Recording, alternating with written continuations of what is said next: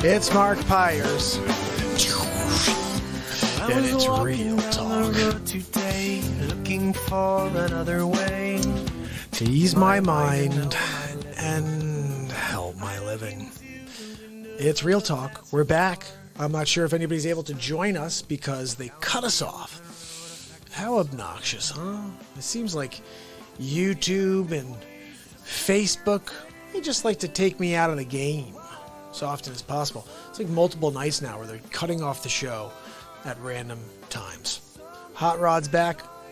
Anybody else with us yet? I'm going to go over to the screen. Let's see if I can get that to refresh. Here we go. Hashtag Real Talk Family Reconnect. Let's see what we got over here. We're live. Okay, good.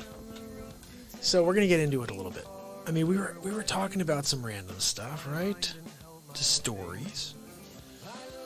I like telling stories. You can tell, right? Oh, I gotta fix this.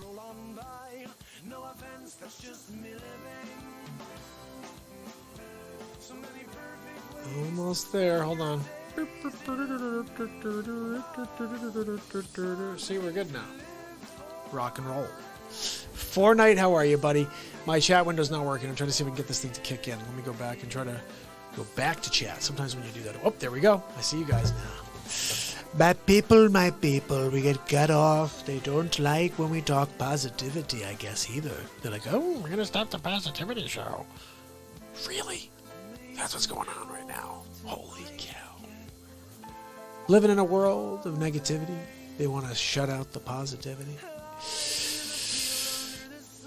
More tonight on the next Unsolved Mysteries. There's something to live for, something to die for, yeah, yeah, yeah. There's something to live for,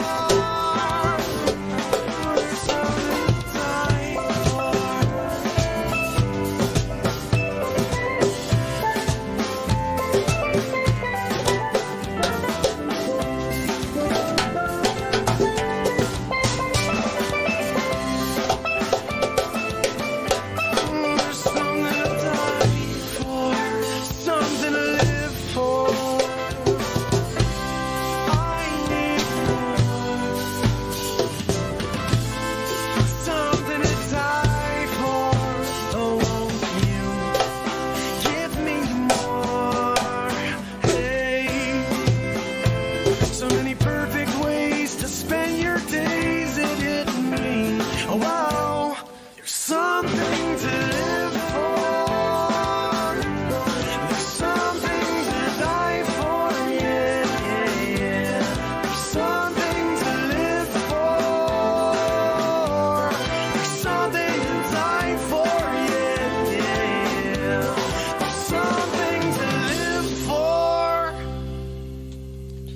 Listen to the woohoo, guys. Woohoo! There we go. Tuckle, how are you, my friend? Ed Fortnite, look, I'm here with you right now. Lots going down. We got disconnected from the feed. It seems like they don't like Trump, really. Well, we know that Zuckerberg doesn't. I don't like him. Yeah, we know. Zucker. I call him Zuckerchooch. Some people call him Zuckerdick. I'm just saying. He definitely does, Zuckerdick. I'm just saying. I don't swear, okay?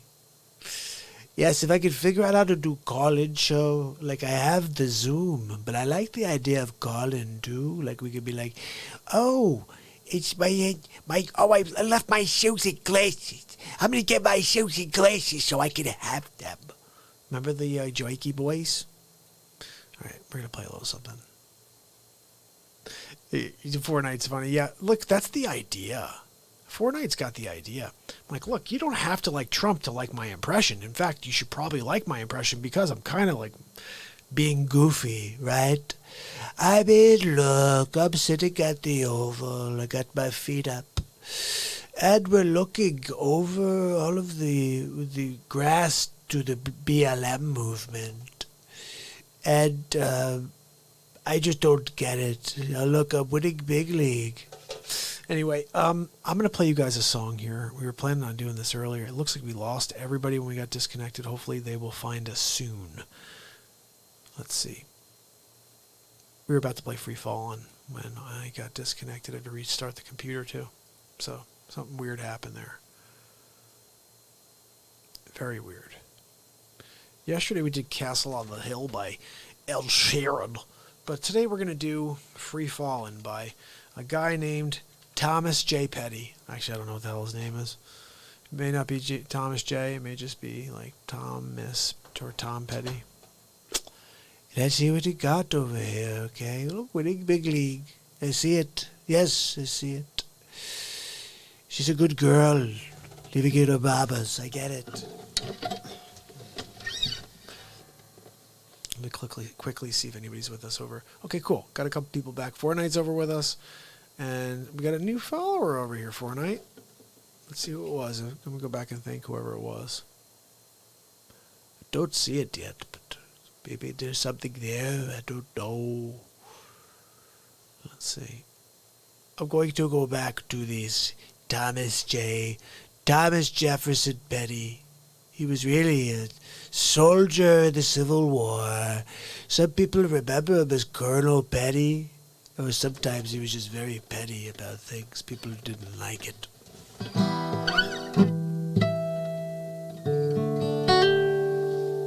It's going to be the final song. It's 1 o'clock, so.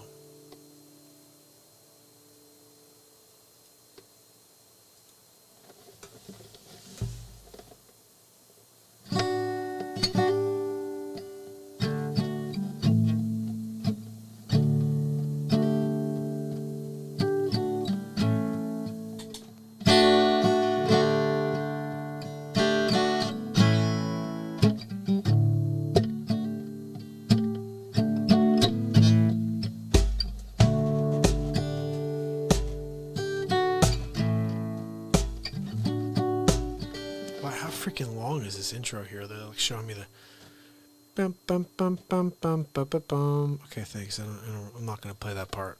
All right, I'm just gonna play the song for you.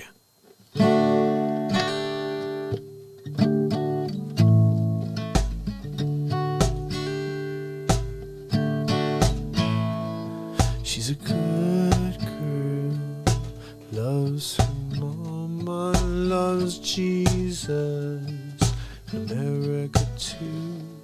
She's a good girl, crazy about Elvis. She loves horses and a boyfriend too.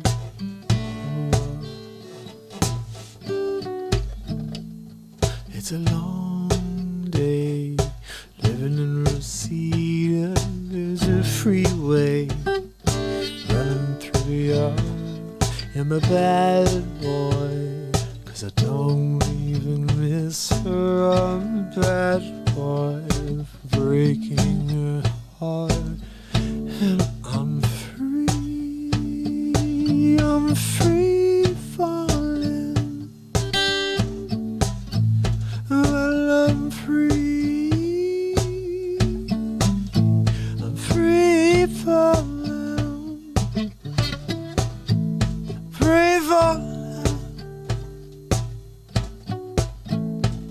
And all the vampires walking through the valley, walking west down into a boulevard. And all the bad boys standing in the shadows, all the good girls, home broken heart. Well, I'm free falling.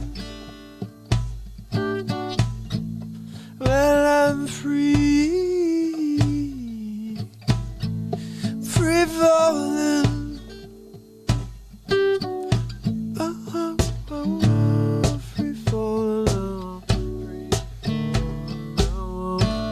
falling. Now I'm free falling.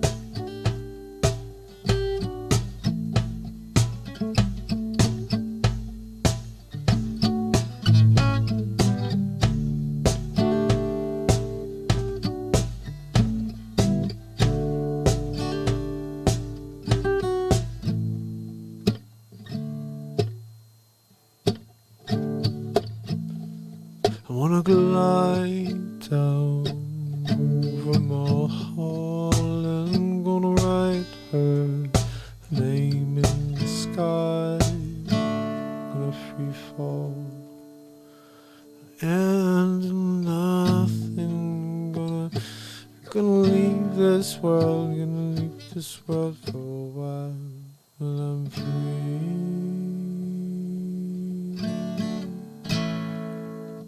falling.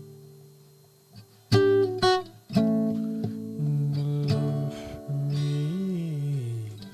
I'm free falling.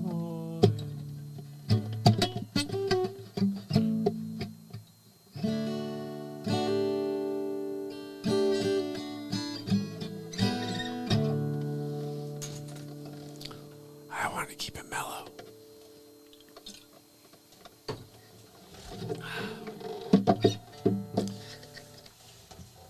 Especially this late at night. Can't really do that. That's not polite. Darian and 3 others followed today. I'm loving that. Thank you so much, guys. This is on DLive. I'm loving it. How you guys doing over here? You kicking it with me still? Are we still with each other? What's happening over there? We lost. We had 10 people on over on the tube, but now there's just one my friend who's on over here with me over on the tube. I'm going to go over the tuber and see who's on with us. Hello. Hot Rod's with us. Sig's with us still. Tucci? Is it Tussle? My friend, how are you? Kind of an Indian Trump. Oh my god. No, I can't. How do I do that with Trump? Look, I'm not really sure. How's your day? What you talking about? Maybe. I don't know. Deja vu. I was thinking that song earlier. Fate. Really? Fortnite said that he thinks Trump is funny, though. Look, I think my Trump is funny, too. I'm just saying. Look, people, I'm going to play you a drum clip, okay? And I may go get... Yes, I'm going to take Max for a walk. So that I could get a bowl of freaking cereal. Yeah. What should I play for you, though? That's the question. President G-hole is too short. We're going to put on, just because I think it's got an impact, we're going to put on the 25th episode of the Donald Trump Show. It's long enough to get me the chance to walk Max Scott, and it also gives you guys a chance to see how ridiculously funny this thing is. Here we go. Oh, I was supposed to start there. It's Hammerlin Jameson live from the studio with the final episode of the Donald Trump Show. Ladies and gentlemen, Donald Trump. Thank you. Thank you for joining me on the final episode of the Donald Trump Show. That's right. We're wrapping it up. People don't like all of the episodes on the sleep sofa. Look, let's be honest, he's such a bad candidate that they have to try to distract you with all kinds of fake news. Like the newest, did you see? We destroyed them with our RNC. Their numbers start going belly up. So now they're trying to spin the narrative. So wait, let me get this straight. The Trump supporters are the ones who are rioting in the streets? Why don't we take a look a little closer and see what's really going on? I am very willing to let the American public judge my physical and mental my physical as well as my mental fitness. The sleep's over. You just failed the test. My physical and mental my physical as well as my mental fitness. My mental fitness. Wow, tongue-tied, bumbling Biden. Welcome to the show. I just don't even know why there aren't uprisings all over the country, and maybe there will be. There she is, Nancy Pelosi. Oh, how is that hairdo? No mask, huh? Oh, but no one's above the law. But you, huh, Nancy Pelosi? Look, let's get the gaslighting going. Here we go. People need to start taking to the streets. This is a dictator. When did Glenn Beck turn into such a chooch? I know, it's not really him, but that squarehead sure looks like him. You know, there needs to be unrest in the streets for as long as there's unrest in our lives. Wait a minute, but didn't you say the Trumpers were the ones out on the streets? Who's lying now? Oliver and Cox? Show me where it says that protests are supposed to be polite and peaceful. Well, it's called the First Amendment of the United States, Chris Quobover. You should probably read it sometime. Do something about your dad's immigration practices, you feckless. Wow, super classy. You should do something about that face. You've got RBF. Resting bee face. That's right. When they go low, we kick. See, behind closed doors, it's not when they go low, we go high. It's when they go low, we kick 'em. And they've been kicking the hell out of the Trumper since I came down the escalator, really. How do you resist the temptation to run up and wring her neck? I mean, news reporters threatening violence. Guys, are you paying attention? Biggest terror threat in this country is white men, most of them radicalized up to the right. Now, this one's hilarious. Don Lemonhead. Are you kidding me? All of the rioting on the streets is your left-wing Antifa scumbags. Let's think about this logically. For the last 90 days, the press has been saying, oh, peaceful protests. They wouldn't have done that if it was for Trumper. Thought he should have punched him in the face. I said, even if you lost, he insulted your wife. Yes. He came down the escalator and called Mexicans rapists and murderers. He said, well, what do you think I should have done? I said, I think you should have punched him in the face and then gotten out of the race. You would have been a hero. Yes. He came down the escalator and called Mexicans rapists and murderers. Look, there's a gaslight right there. I never said all Mexicans were rapists and murderers. Just that they're sending a lot of them. Guess what, though? Sleepy said very similar things in 2006. I'd like to punch him in the face. Robert De Niro, the most overrated actor in the 20th century. I mean, look, I get it. The one character you played in Raging Bull. And you think, like, you could continue the same guy? Look, you're terrible in everything else. The same character over and over and over. Let's squint our eyes and talk the same. So I'm not really putting too much stock in Bobby De Niro. I said if we were in high school, I'd take him behind the gym and beat the hell out of him. You see that? Sleeps Over Joe is the one who's behind all of the gaslighting. Sleeps Over, bumbling Biden. He wants to fight me behind the school. Look, let's go, Sleepy. Very willing to let the American public judge my physical and mental my physical as well as my mental fitness. I just had to watch that again. Oh my goodness, he's such a marble-mouthed, muffin-headed bumbler. Sleeping on his sleep sofa, little Joey futon. Punch some people in the face! I think that werewolf made Winona Ryder pee her pants. That's what it looked like there. Let's watch that again. Punch some people in the face! Yep, I think so. And also Matthew Modine. Looks like he's cast for the part of Val Kilmer. When was the last time an actor assassinated a president? Well, ancient history would tell us that it was John Wilkes Booth. He shot my favorite president of all time, Abraham Lincoln. And of course, he was the first Republican, but most people don't know that. But I have to say, Johnny Depp, I used to like you when you played Jack Sparrow. Who knew you'd turn into a real-life scumbag pirate? Do you have scurvy? They're still going to have to go out and put a bullet in Donald Trump, and that's a fact. Now, that's the first time I've ever heard that. Pensy, do we have this guy's information? Yes, Mr. President. We have the location on one beaker from Sesame Street. Where is John Wilkes Booth when you need him? Very clever. I see your husband is the ghost of Christmas past, so you got that going for you. This way. That's it right there. Pull it up. Remember this one? Somehow I still look better than Kathy. I have thought an awful lot about blowing up the White House. Do you remember this when Madonna stood outside the White House right after I won?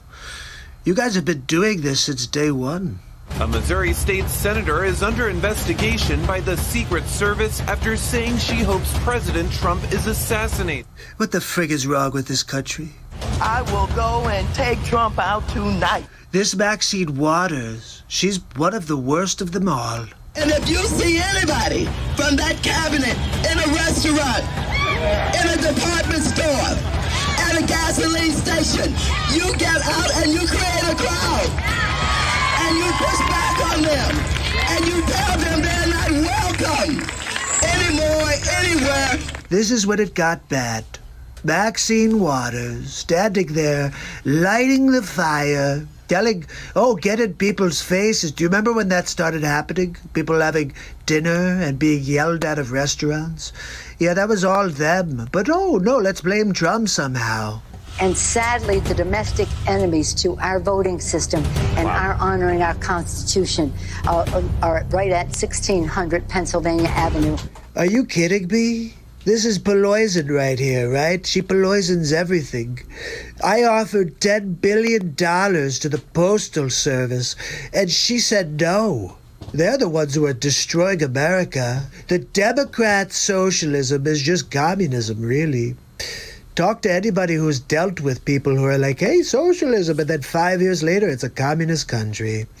It's going to happen here under Sleeps Over Joe. They're not going to stop before Election Day in November, and they're not going to stop after Election Day. For the record, this is the vice presidential candidate for the Democrat Party. And that should be, everyone should take note of that on both levels, that this isn't, they're not going to let up, and they should not.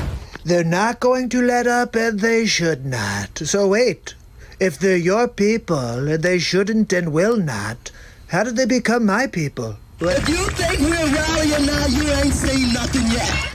Look, I think I've made my point. That the people on the left are crap, really.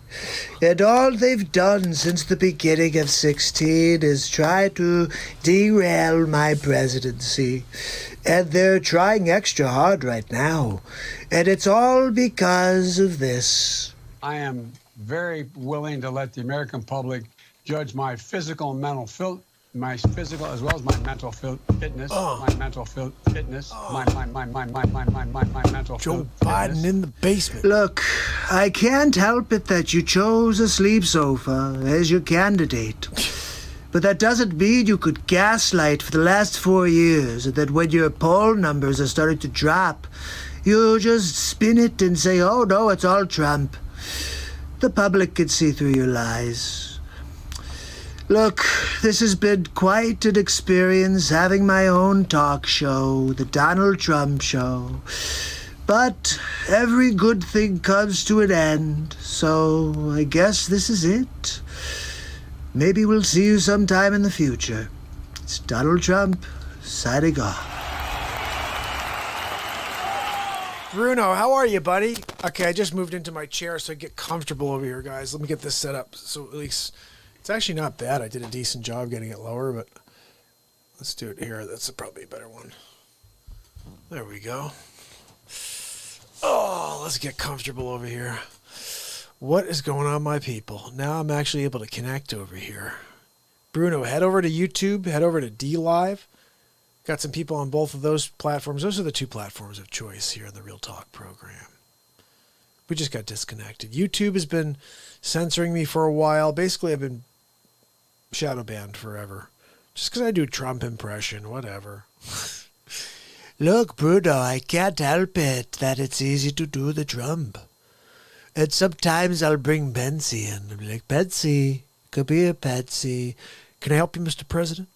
Yes, Betsy, please. Go get me a pencil, Betsy. All right, Bruno, I'm going to play you something here. Yeah, this came across as Twitch, but it was supposed to go to you, Bruno. I said, come over to YouTube. Head over to YouTube. Come to the YouTubes. That's Bernie Sanders, in case you didn't know it. Let me see if I can play you a little clip here, show you a little something like what we do. I'm going to show you episode 22, okay? Hopefully you head over to YouTube, join us over there. And DLive. Sig tells me that everybody should go to DLive. Because we built out the chest, and then I'm going to open the chest at the end of the night. And anyway, here we go. This is basically the 22nd episode of the Donald Trump Show. Yep, Dr. Evil's in this one. You ready for it, Bruno? Here we go. It's Hammerlin Jameson with episode 22 of the Donald Trump Show. Ladies and gentlemen, Donald J. Trump. Thank you. Thank you very much for inviting me to speak at the 600th episode of the MARKPIRES Real Talk Show. It's been quite a journey. I have to say, he's done a lot of face swaps. He's done a lot of different shows about the Trumper. But on top of that, he's got some episodes of the Trump Show that are pretty good. Making fun of Pelosi, Sleeps Over Joe. You know, we're calling him Joey Futon now as well. He's a futon. You can get futons or sleepsovers when you stop by Sleeps Over Joe's warehouse. Comes in 7 fabrics and sizes. The Senator, it's a lumpy mess. Just like the Sleeps Over, really. Look, I've got a few people that want to say happy 600th day to Mark, so let's get into it and see who we got. Number 2, it's been 600 days, and he's still alive. No matter what we try, Dr. Evil, he keeps broadcasting. But Dr. Evil, he did not follow our projections. Silence! Enough of this insolence. Everybody gather around. Look, I've got a plan. If we can just... Wait, no, hold on. Where are you taking me? Let me go back because I'm trying to share my plan with them. Okay, let's send in the murder hornets. Are you kidding me? Dr. Evil called? Look, I'm kind of pissed at Dr. Evil right now. Pocket dialed me last time, and I think he's working with Fauci and Bill Gates. That's right, Evil Gates. Anyway, that's another story. What else we got? Yeah, I got one for you. It's MARKPIRES 600th day in a row. And I called Artie to see if he wants to say anything. Hey, Artie. Yeah, I'll say hi. 600 days. That's freaking crazy. Congratulations. You know, I don't know about you, but I miss that tag team duo. Seriously, Norm Macdonald and Artie Lang? That's a match made in heaven. I'm wondering if God had that plan. Look, if we put these two together, they're going to make magic happen. Anyway, what else we have? Hi, Mark. It's Mark Zuckerberg. Look, congratulations on 600 shows, but I'm going to continue to block your show because I don't like your content. Maybe if you didn't talk about Donald Trump, I wouldn't suppress your program, but I zuck.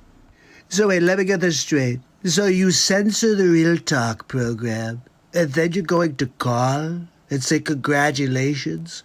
Oh, congratulations, Mark, for broadcasting and me blocking you every single time. You're doing great at getting it nowhere.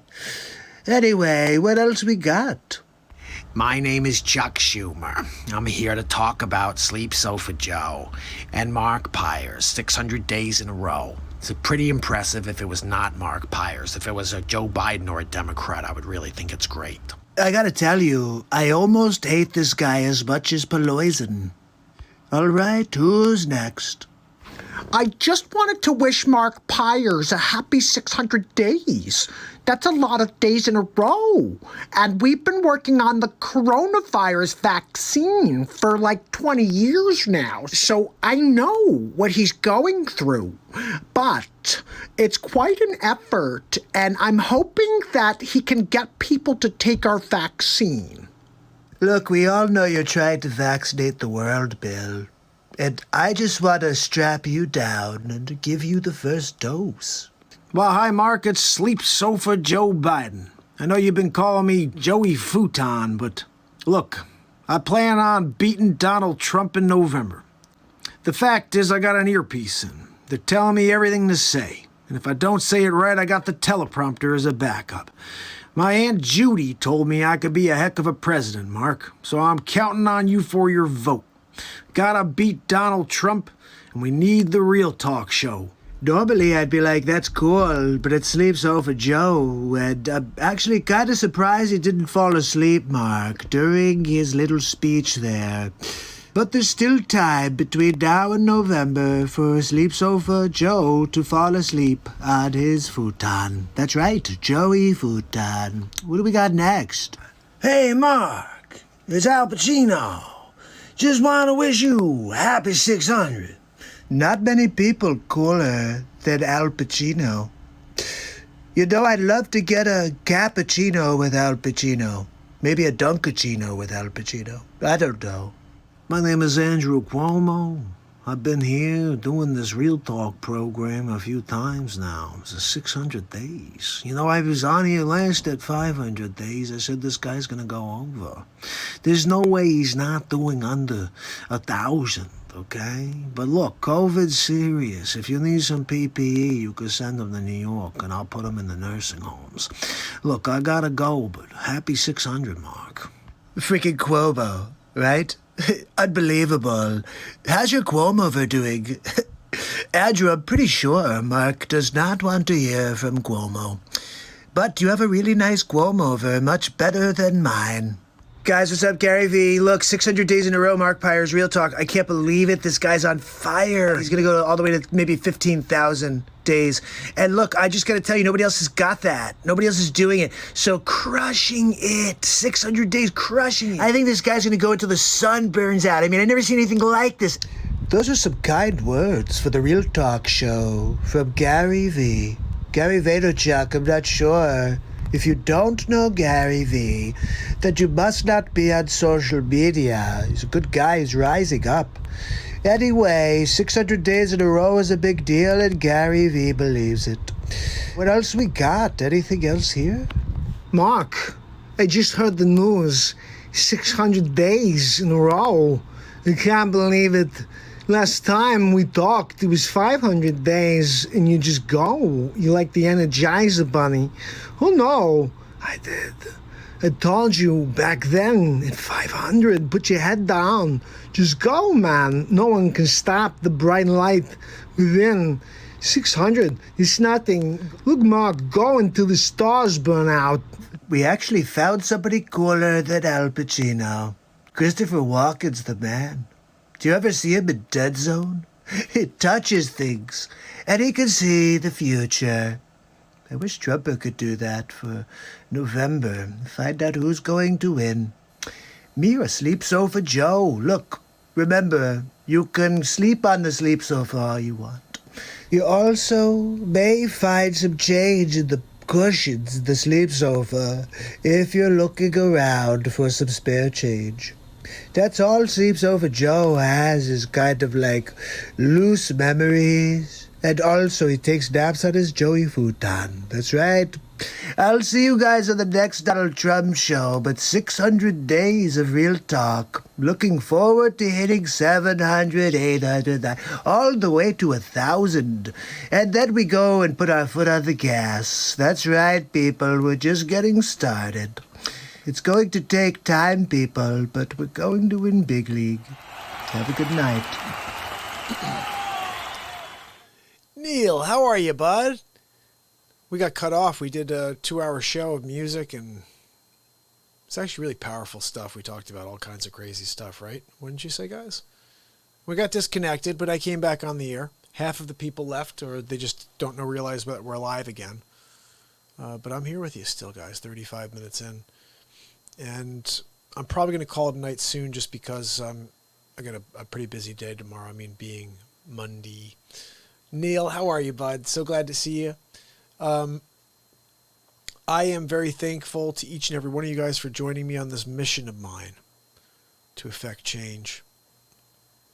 And I think it's going to be, the expectation is small. Don't kill yourself, but try to just effect a small piece of change every day in your own life. When you're out there, open a door for someone and throw a smile at them. You know, that type of thing. Little things, I told you, they really go far away. They go a long way. You know why I'm so tired, guys? Check this out. We did 6 hours and 20 minutes. And then we did two shows that were 5 hours and 40 minutes this past week. 2.5 hours. So we've been really just burning the freaking midnight hour. Is that what they say? Oh, Glenn, how are you, pal? Oh, buddy, I really appreciate it. You know what? That just gave me some juice. Glenn, head over to YouTube or to DLive. That's where we are. Usually that's where we group up. But it is pretty late now. But getting disconnected, I never want to leave the family out in the lurch like that. I want to make sure everybody knows that. We're going to finish up the show. I got to open up the treasure chest over on DLive. And I appreciate that, Glenn. I really appreciate that. Thank you. You know, I think it's awesome that Glenn said something, because I find a lot of people will tune in that I know or that I don't know, but that I'm friends with on Facebook, for example, or anything like that. And they just don't ever say like, wow, dude, keep it up. Or like 623 days in a row. Like, what are you thinking? Like, whatever, just something. It's an interesting thing when you continue. And it's also the problem. I have a friend who actually is subscribed to me. He's one of my very good friends. He loves every bit of the Donald Trump show. Every Donald Trump clip I do, he wants to absorb. And he said he sees a third of my content on his feed. I put out content every day, and then I'm live every night. And he said a third of the time he'll get notifications, or he'll see it in his feed a third of the time. How is that possible? That somebody who's actually my best client or friend is not even seeing my content. You know what I mean? It's just totally nuts. I'm going to head over to pop over my screen real quick. Hot Rod, thank you so much. Guys, Hot Rod's the best. She just hooked up a brother, donated an ice cream, and I got to say that ice cream tastes very tasty right now at 1:38 in the morning. That's a very nice thing. Thank you so much. You know what? And look at this. Guys, we're at 51. We're moving our way up there. We're going to get there, Sig. We're going to get over the 200, the hurdle, so we could start to add videos, and we could do all kinds of cool stuff with the channel. I'm looking forward to that on DLive and bringing people in. I have to figure out how to start taking calls. I want to start taking phone calls. So if people want to call in and talk about stuff, they want to ask me questions about anything. They want to ask any questions about, like, because I do have some crazy things I could talk about. I had a couple of ghost stories that I've had. Not like that I saw ghosts or anything, but a couple weird things have happened for sure. And I wanted to talk about them in the past. I may have talked about them already on this show. I'm sure I have. I think I did it for Halloween last year. I do ghost stories for Halloween. But they're like personal stories, the things that happened to me that freaked me out. And I like to tell them right around Halloween is Donald Trump. Look, I was there. I was trying to pick up Melania. And I walked into this building in New Haven, Connecticut. That's right. And there were two lions in the front, like sepulchral lion things. Like, and there in the front. And, I should tell you that story. You guys want to hear that story?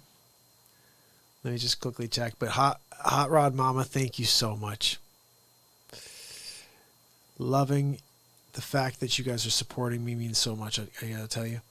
Neil, we're over also on DLive if you want to meet us there. That's where Sig is right now. And Denise too. I'm not sure if you've been over on DLive. But it's a really cool thing. Sig's over there right now. And let me see. I'm going to tell you this story. Okay. So I'm a real estate agent.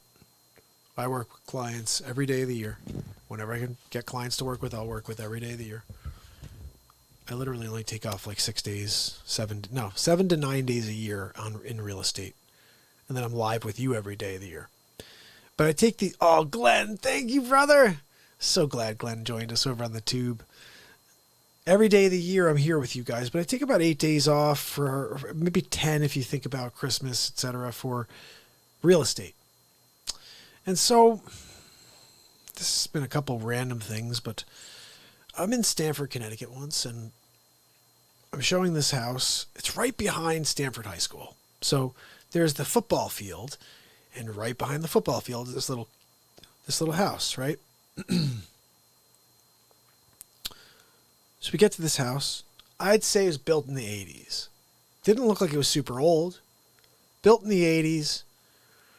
I walk in, and as I walk in, I always say, I knock, make sure nobody comes to the door. And as I walk in, I say, is anyone home? It's a realtor. I'm here to show the property. Is anyone home? Hello? And guys, you know my voice. You know, as a singer, I have a strong voice. So I belt. I'll be like, hello? I'm like, anybody here? It's a realtor. Just going to show the house real quick. I says, see you later. You know? And so I walk in and I hear, with my clients with me, and I hear someone's upstairs. So I'm like, oh, okay, let me just announce myself. I told the client, I'm like, let me just tell him, like, let me go walk to the stairs and yell up and say, so I walk over to the stairs. I'm like, hello? I said, hi, we're just here to show the house. Did they tell you I'm coming? Nothing. I'm like, so as I start to take a little step up, I'm like, you know what? We're just going to look down here. We'll wait for you to come down. And so I look around and nobody comes down. So, and so we go walking upstairs. I'm announcing myself. And as we get up there, there's nobody upstairs.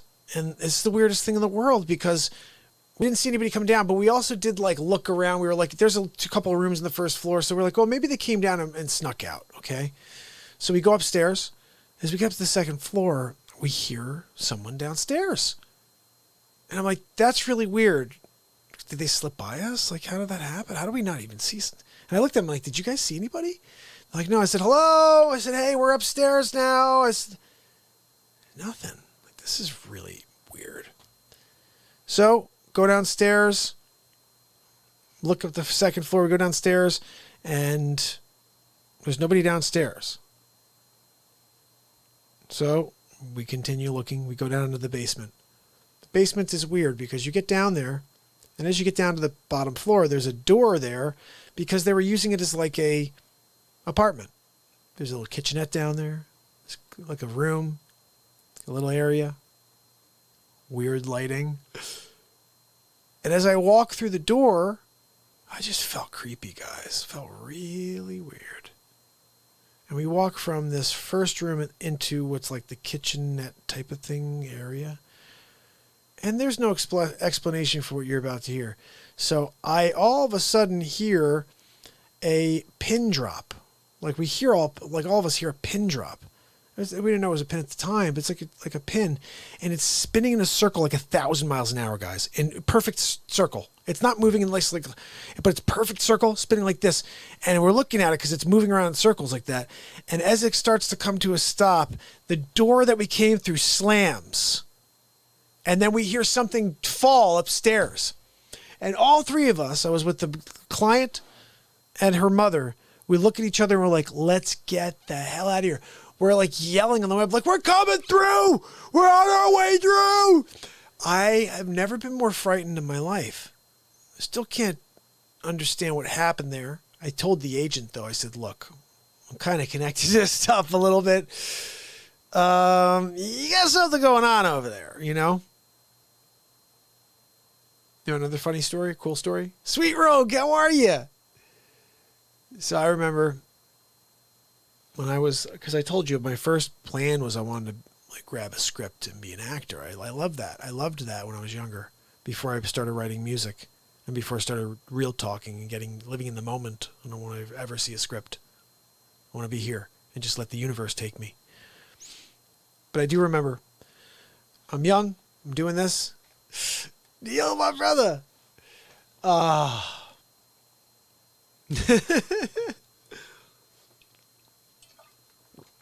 Oh, you're so funny. Take 10% off the last list price. So another funny story that I would say about like just crazy ghost story type of thing. And this isn't like necessarily the thing that happened. It was just more something I felt.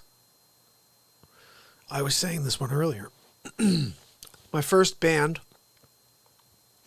was more like the first musician I played with who was talented, more talented than I was at the time. And this guy was he was writing great songs. He He's writing great songs. You know what he did, though? This I never understood. He would scream in the middle of his songs. Like, not just saying like a belt. Like, he would scream. He'd go from like singing beautifully to screaming. I'm like, look, I belt. Like, I'll get into it. You guys know that. But like, I don't scream. And he would straight up scream into the song. I'm like, ugh. And he thought it really was nice. But anyway, regardless, he was about 3-4 years ahead of me. I had just purchased my first guitar 6 months earlier. So I written 3 or 4 songs, and he was 30 or 40, so maybe 10 or 20 songs in. So I was very impressed with this guy.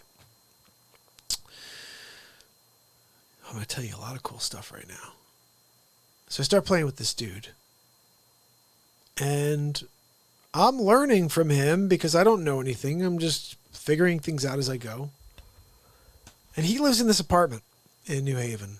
And as I was saying, as you get to the outside, there's these 2 stone lions there, like right at the entranceway. Like really creepy, like freaking ghost busters.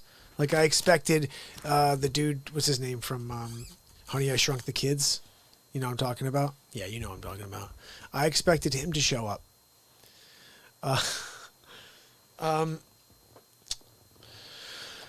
So, basically, I walk into this place. And every time I walked in there, when I got to the second floor, as I was coming around the second floor and going up to where his apartment was, which was the 3rd floor, there was always this light that had this really creepy tint to it, right? And every time I turned the corner to go up the stairs, I would feel like someone breathing down my neck. I'm not joking. Like, I would feel it every single time, or like someone's sitting in the room staring at me. And I remember when I was reading tarot cards at the time, I was doing this tarot cards. I'm reading them at the time, and it was just weird. My theater professor was the one who introduced me to the tarot cards. He's the one who talked to me about my psychic connection to things. And a lot of weird stuff was going down all at one time. And that's the other story I wanted to tell you about. So just remind me of that. Just remind me of the word Peggy. Somebody write the word Peggy down in a few minutes and I'll tell you that story. And so basically, I walk in and every single time I get to that second floor, I gotta tell you guys, I get these creepy feelings, my shoulders, like I just get this pins and needles feeling like someone is sitting here watching me right now. And I almost saw the dude's face and it just did not look like a nice guy.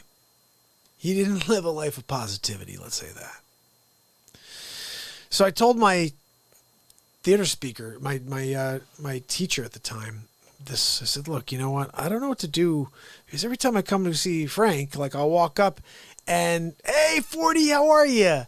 So good to see you. Listen, if you haven't yet, follow over on my Twitch page. Whatever the one is that we're not spending money to join, just follow. I think that's what it is. I'm trying to get over, I think it's 50 over on Twitch. I only have like 20 something or 30 something. I appreciate you. We're doing ghost stories right now. I know we're a little early because Halloween's a month away. But this is a good one. So I talked to this guy, James, his name was my professor. And he goes, you know what you got to do, Mark? Next time you're there, when you walk in, I want you to do this. I want you to go like you're going to turn and go up the stairs. And instead of going up the stairs, I want you to stand there for 10 seconds, he says, okay? Count to 10 in your head. And then I want you to say these words. Hello? Who's there?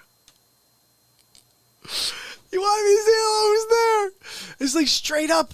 I can't. What? Are you kidding me? So I walk up and I say, I get to the steps and I'm just about to say it. Like I'm just about to say, hello? Who's there? And I got this rush of wind in the back of my neck. And again, I had this vision pop into my head of some dude, like creepy looking dude with like yellow teeth. It was a scary looking dude. He had a really gaunt face, really long face. And I remember he was a like wrinkly looking dude, weird looking dude. And he had eyes that scared the hell out of me. His eyes scared me so much. Now I'm going to follow this story up with something else. So I'm playing music with this guy. First time I've ever played with another musician. And we're doing our first show together. We have a booking at a place, can't think of the name, something like Cafe 9. It wasn't, but something like that, okay? It was a coffee shop. That's what I remember. And we have this gig coming up. So we're practicing. We're working on our stuff. And we're going over the gig. We're going over the different songs. I'm going to do background vocals in his stuff. He's supposed to do background vocals in my stuff. I don't have that many songs at the time. So I'm mostly doing backgrounds for his stuff, and he's just letting me play a few of my songs. I'm doing some Dave Matthews stuff. I probably was doing some Counting Crows. Like, I was playing whatever I could at the time because I had just picked up the guitar, you know. But I was so passionate about it from day one. It's one thing is, I truly believe if you go at anything with confidence, like you're good at it or like you know how to do it, you will be able to do it, and sometimes effortlessly. So you have to really drive at things with a confidence, like you've done it before, or that you're competent enough to do it. So basically, I'm playing with this dude, and we play this first show, and the show for me was amazing. To play in front of a crowd, guys. Oh my goodness, it's amazing. The first time I got a chance to play in front of people and sing to a group of people, I was hooked. I was like, yeah, I want to do this. I don't swear on this show, so I was like, F acting. I'm just going to be doing this. I'm just going to write music. I'm going to get on stage. I'm going to play my music. So for the 10 years I was on the road, I was playing original songs. I didn't play covers. I'd play randomly, like one a night, but I'd play 15 original songs and one cover. And my mentality was like, if you want to hear cover songs, then you're in the wrong venue. Because I'm an original artist. Why would I play someone else's? I got all these original songs. I was like, I would get through 15 to 18 songs and be like, I can't believe I couldn't play the other 30 I wrote. Do you know what I mean? So to me, it was weird to be playing someone else's songs. But here's the thing I learned after the fact. And I should have figured this out early on. I was told. I'm stubborn. I was told though. But again, everything happens for the right reasons. But the bottom line is people know covers. If you play covers and you do them well, then they'll say, well, I want to hear your other stuff. I want to hear your stuff. Because if you could do a cover and you could do it well, then they maybe want to hear what you have. That's what I learned is like something even like Free Fallin'. The first time I heard it, I'm sure it was like, that's a cool song. But the second, the third, the fourth time I heard that song, I was like, holy freaking cow. This song is killer. So my philosophy is no matter how many shows I played, they were always first shows. I didn't go back to venues like, oh, I'm back a week later to play again so I could play the same songs and people could hear it the second time, the third time, the fourth time. They just hear it once. So that it's not an ability to get somebody's into the song and wanting the song, having it get stuck in their head. That happens second or third time, no matter what. So even here, I played you guys only a few of my originals. I'm going to play them again so you guys get them in your head so you know. Because I'll tell you what, I've got a couple hundred songs. And all of them, there's a reason they didn't get out in 2006 when I released that album and decided not to sign that record deal. Because they're going to get out now. Seeing a lot of stuff that's coming. And I'm realizing that it all comes together because of you guys. But all this music that I've had that I just haven't released. And then we make up songs every day here. So like the thing is, I just want to get back to this story with Frank, with this guy. Okay. I'm playing the show with him and it went great for me. I loved it. And my friend Ileana, who was there and watched the show, she goes, you know, that's the last time you guys are ever going to play together. She took a picture of us. There's a picture of us somewhere. And she goes, I wanted to snap this picture. Hold on. Sig said to remind people that the chest, he told me, he said for them to remind me to open up the chest if he's not back. He's going to do something. So basically, I'm playing music with this dude, and it didn't go well for him, apparently, because my friend took a picture of us. And thank you, Denise. Thank you, Jock. How are you? We have a picture, arms around each other, and it's the one picture we have together. And my friend Illy said afterwards, she goes, you know, that's the last time you guys are ever going to play together. And I don't know if she was psychic or whatever, but she was like, I was like, what? She goes, yeah. She's like, but here's the thing. She was there watching the performance. I was on stage looking at the crowd. Apparently, Frank was watching me instead of watching the crowd, and he didn't like how energetic I was and how into the performance and how connected I was with the crowd. But when you were born to do this, when you were born to get up and connect with the people in front of you, you can't turn that off because there's a talented guy next to you who wants the spotlight.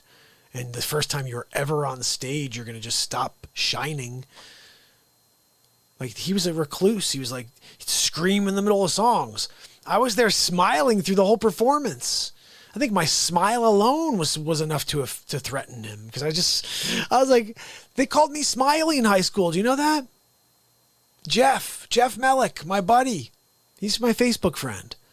You guys should follow me on Facebook, TikTok, everywhere.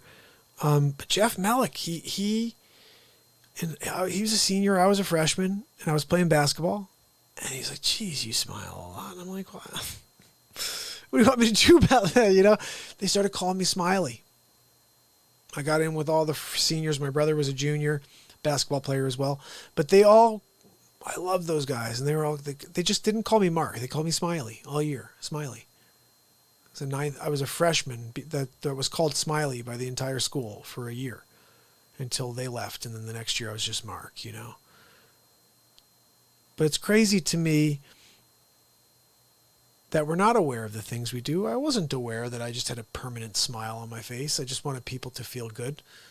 And I would go out of my way to do whatever was necessary in order for them to feel that.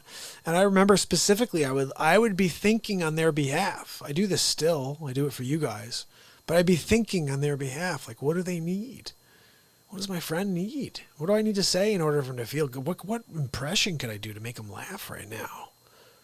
It's like a puzzle piece I'm trying to fit. Like, right now, you guys are connected to a lot of different stuff, but I think the connection to peace is the overall need to allow all those other things to exist. You guys ever heard of RAS filters before? They have a RAS filter. So basically, if we were aware of everything that's going on around us, we'd literally go insane. So we have this RAS filter. So we're able to effectively just focus on the things that are important to us in the moment. And that allows us to not go insane. That's what I think, like, the RAS filter is. There's something to that, you know? I think what I have to do for you guys is play you a little something here. I was thinking about playing the Sleep Sofa Biden bit about Joey Futan and his son Hunter Biden. Have you seen that one? Jacques, thank you so much. Is it Jackie or Jacques? I think it's Jackie.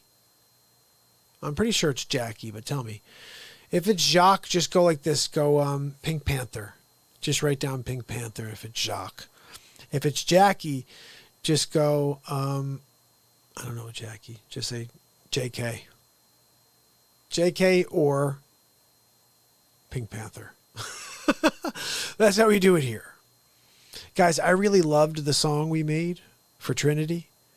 If you haven't seen it yet, after the show, check it out and share it because it's pretty funny.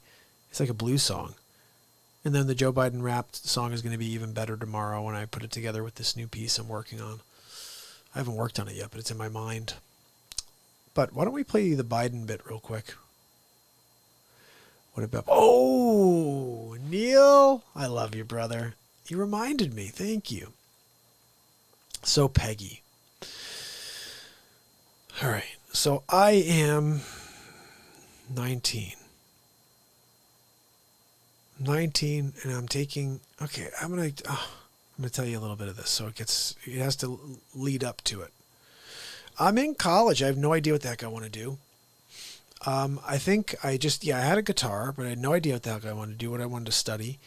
And my brother was asked to be a G-man in this play called You Can't Take It With You. You guys ever heard of this play? You Can't Take It With You? If you're joining us right now, what is up, my friends? Don't go anywhere. I'm telling stories tonight. So you can't take it with you. They're like, hey, we need you to be a G-man. And we need a second G-man. Do you know anybody? So my brother and I were best friends in college. Played music together every day until my first bandmates came in and we created those things. But my brother and I were best friends. We hang out every day. And basically... he was learning, but he was also focused on starting a career. I was straight up focused on the guitar. Like, I just loved it. Everywhere I went, I brought it with me. And so the call is for this G-Man role. And he's like, hey, do you want to do this with me? Like, he's like, I've never done a play before. And I was like, yeah, me neither. He's like, but it could be kind of cool. It's just one line. We go in together and we're like, hey, you're under arrest. And I'm like, really? He's like, yeah, they're going to put us in suits. And he's like, and, we just have to go to one or two dress rehearsals. And then I'm like, yeah, what the heck? I'll do it. I've always wanted to do something like that. Never did it. So I get up on stage and I just went nuts with this one line. I came like sliding through the door like Kramer from Seinfeld. I remember this. And I rolled out there. I'm like, and I did like the whole thing. I was like, you're under arrest. And like, I made a character out of it. And I was like, and then the next role was I got a starring role. The next role was like these monologues, it was school. They basically like broke it into 4 groups and there were like 4 leads. And then there were these little mini plays. And I played this guy, Todd. And it was like, I forgot to play at this point. But this is the first time I played something significant where I had to actually take a script and memorize it and then bring something to it. And I realized when I was doing that how much I loved it. But it's crazy, the progression, right? I start going down that road. Then I got the Romeo role. That was insane. Talk about underdog. Everybody, every single person at the theater department said there's no way I'm getting the role of Romeo. Do you know why? Because I had no experience. All of them had taken classes, acting classes. Oh, I was the lead in this, and I did that, and this guy's never been in anything. He said one line, and you can't take it with you. He's not getting the lead to Romeo and Juliet. And I went in there and blew the doors off the place.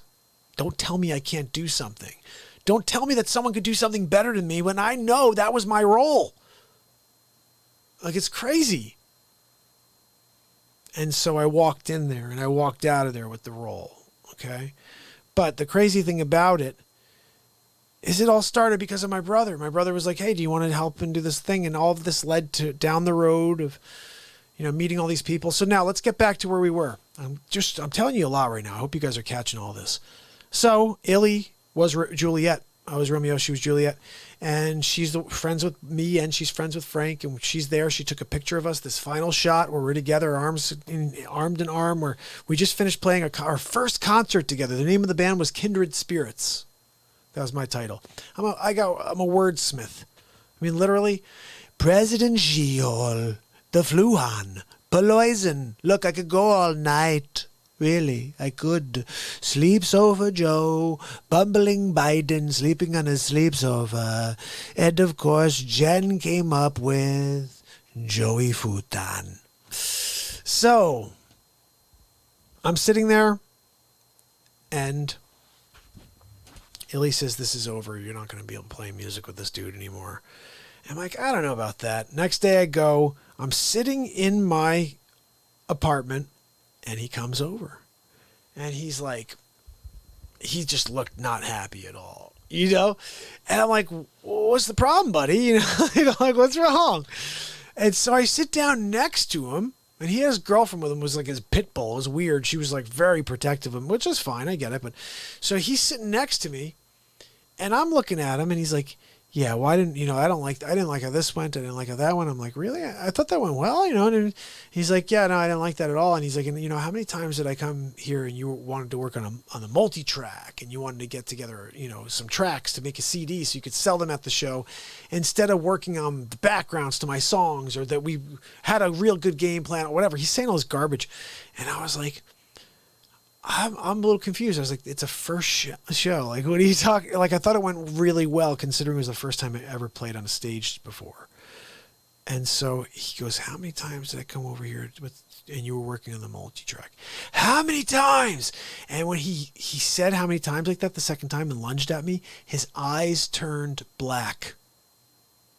His eyes turned completely black, both eyes. I've never seen this in my life. Not the pupils turned black. Everything totally black. And I jumped back. I scared out of my mind, guys. Scared out of my mind. I jumped back.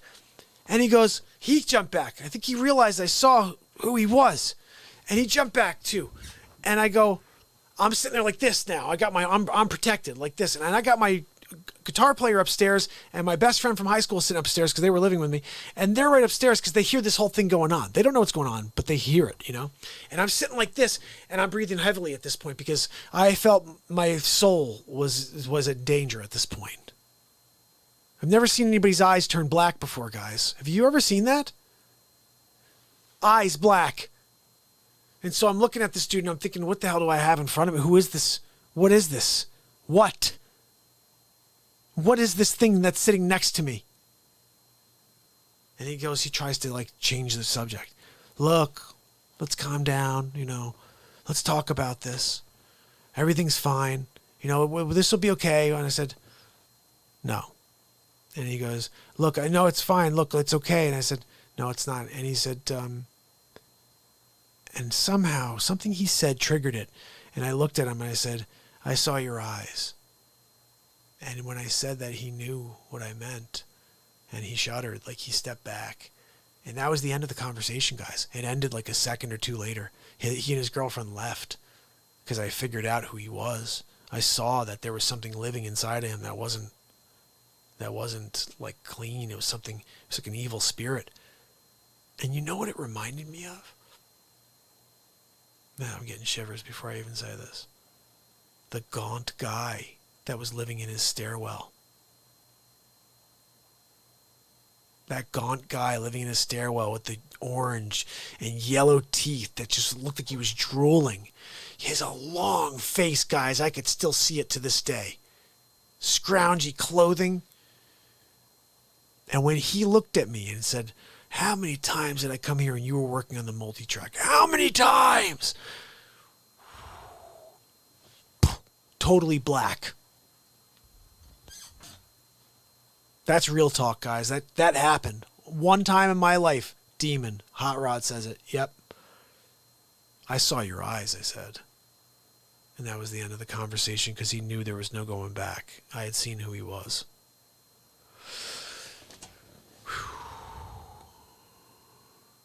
That was a crazy one when that happened. So, isn't that nuts? So then we get to this. I'm playing Romeo. This is even before Romeo. I'm taking classes and there's this girl, Maria. Maria is this really sweet girl from upstate Connecticut. And one day she's telling me that she's like, look, have you ever thought about acting, modeling, doing anything with your talents? She goes, I think you have some pretty cool stuff going on. She goes, this is what she said to me. She goes, I make $1,500 an hour to take photos for modeling photos. And I was like, what? She's like, yeah, I'll go and do an hour worth of work. I'll make $1,500. I was like, are you freaking kidding me?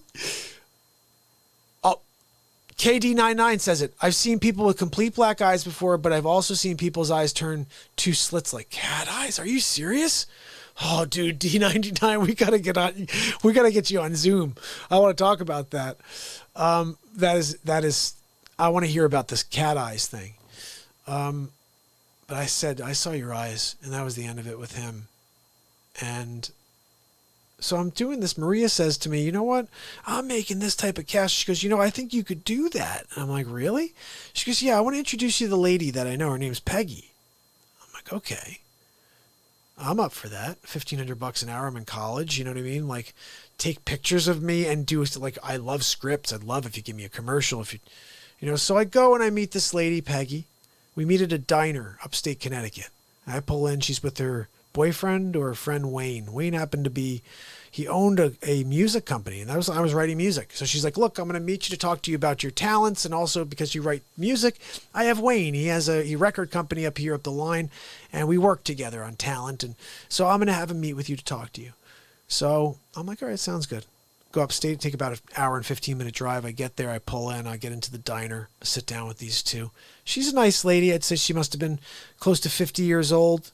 She was a little, she had this she had a wisdom to her. All right, I'm sitting there and I'm sitting right across from her, and this is what reminded me so much of what we were saying earlier. When you're led to stuff.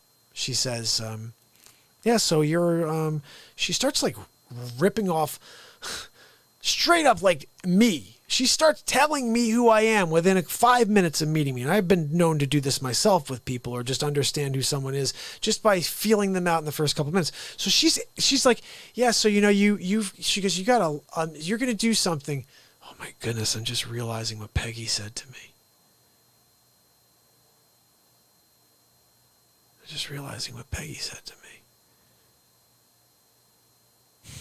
You guys are going to laugh about this. So I'm sitting across from Peggy, and she says, you're not going to make it right now. She goes, you're not going to make it in music. It's not going to be your thing. She goes, you're going to do something. You're going to do something really big, but it's not going to be until you're like 40, and you're like your 40s. I cannot believe I'm realizing that she said this. You're not going to do anything. It's going to happen until she said it'll be bittersweet. So it's like a thing that you want to do, but it's not what you want to do. Like, I really wanted to be on stage just playing songs. I don't think this is necessarily bittersweet, though. You know what I mean? Like, I'm not sure what that comment meant, but she did say that it's going to happen in my 40s. She also said that you can't deal with negativity. She started going into a lot of things, guys. She knew me. And I said, how do you know all this? And she said it proudly. She said, I'm a psychic. And I said, what? She said, yeah, I'm a psychic. And I've been doing this for years. And she said, you know, I this is what I sense from you. And she said, this is going to happen. And she was very matter of fact about it. She's like, this is going to happen. She goes, you know, you've got something to do here. You're not. And then she said, I see your aura. She goes, you're green. You have a green aura, which means you're a teacher. She goes, you're here to teach something to us, or to teach something. She didn't say to us, but she said, you're here to teach. I'm like, well, that's interesting. I'm a musician who left, you know, to write and to become something based on art. You know what I mean? So I don't understand what you mean by that. I'm not going to be a professor or anything like that, you know? But I think Peggy saw this. I think Peggy saw real talk. I think Peggy saw, no, Mark, you're not going to be sitting there playing guitar. You're going to be sitting there in front of a microphone. Then you're going to play some songs every once in a while. But the words that come out of you are what are really going to be the focus, because I have no control over them. This is an unscripted show.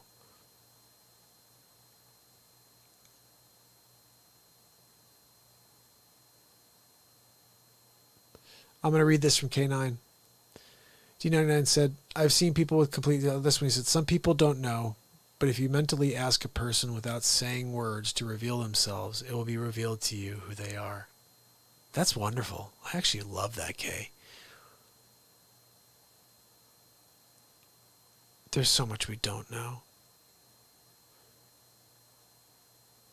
I think about the power within us sometimes. I was telling you about the ability to take headaches away. That's not a me thing. That's an everybody thing. We all have the same abilities, and we just have to figure out how to tap into them. Some of us have stronger abilities than others. So Peggy says to me as well, you have the same ability as me. This is the real takeaway. You have the same ability as me, Mark, but you need to strengthen it. If you don't, focus on it and work on it, it will get weaker. If you work on it and you focus on it, it will become stronger, and so will you. And she started saying weird, funny things like, you know, when the phone rings, you know who it is, don't you? I'm like, oh, like most of the time when the phone rings, I know who it is, even if it's somebody I haven't talked to in 10 years. I think about them that morning. It's weird. It's weird. I'm more connected than I've ever been. But I would think about, just a great example, Justin Bush. I just thought about him now. I bet you tomorrow somehow he touches base with me. I don't know why. I just thought about him, though. Maybe I put it out to him and he's going to think about me because I don't know. I don't know how the energy works. I just know that when I think about someone, they reach out to me like an hour later or the next day or whatever, but I'm like, holy cow, I just was thinking about you. Don't you guys have those same occurrences? I was just thinking about you and then you called. It's the power of our energy. It's the power of light and love. And when you love someone, you care for someone, and you think about them, they may get a little memory of you as well at the same moment. I don't know. I'm not sure how it works, but I can definitely say I don't know how to explain any of the stuff that has come out of the show in 623. When I can tell you I didn't read a book on any of this stuff, but it comes out so freely. And the universe is plentiful if you allow it to speak through you. That's what I say.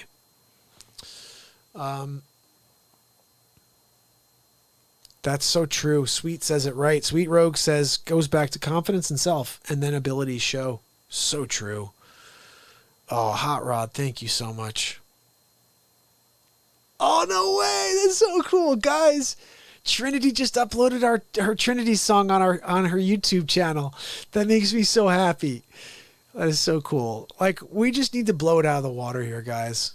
I had someone today who said, like, they were like, hey, you're going to be at 10K subs. It's funny that someone said that. Like, I got this thing in my mind. Like, I don't know, guys. I just get so excited and so jazzed about our momentum. And I'm like, we went from 295 subscribers 5 days ago to 1,430. I don't know if that's gone up since we've been live today. I'm not sure. But I think we're going to hit 10K this week coming up. Because we need to. We need to, each and every one of us, spread the word and say, everybody come over here tomorrow night, 10:30. We're going to go on for 4 to 6 hours. Let's do it.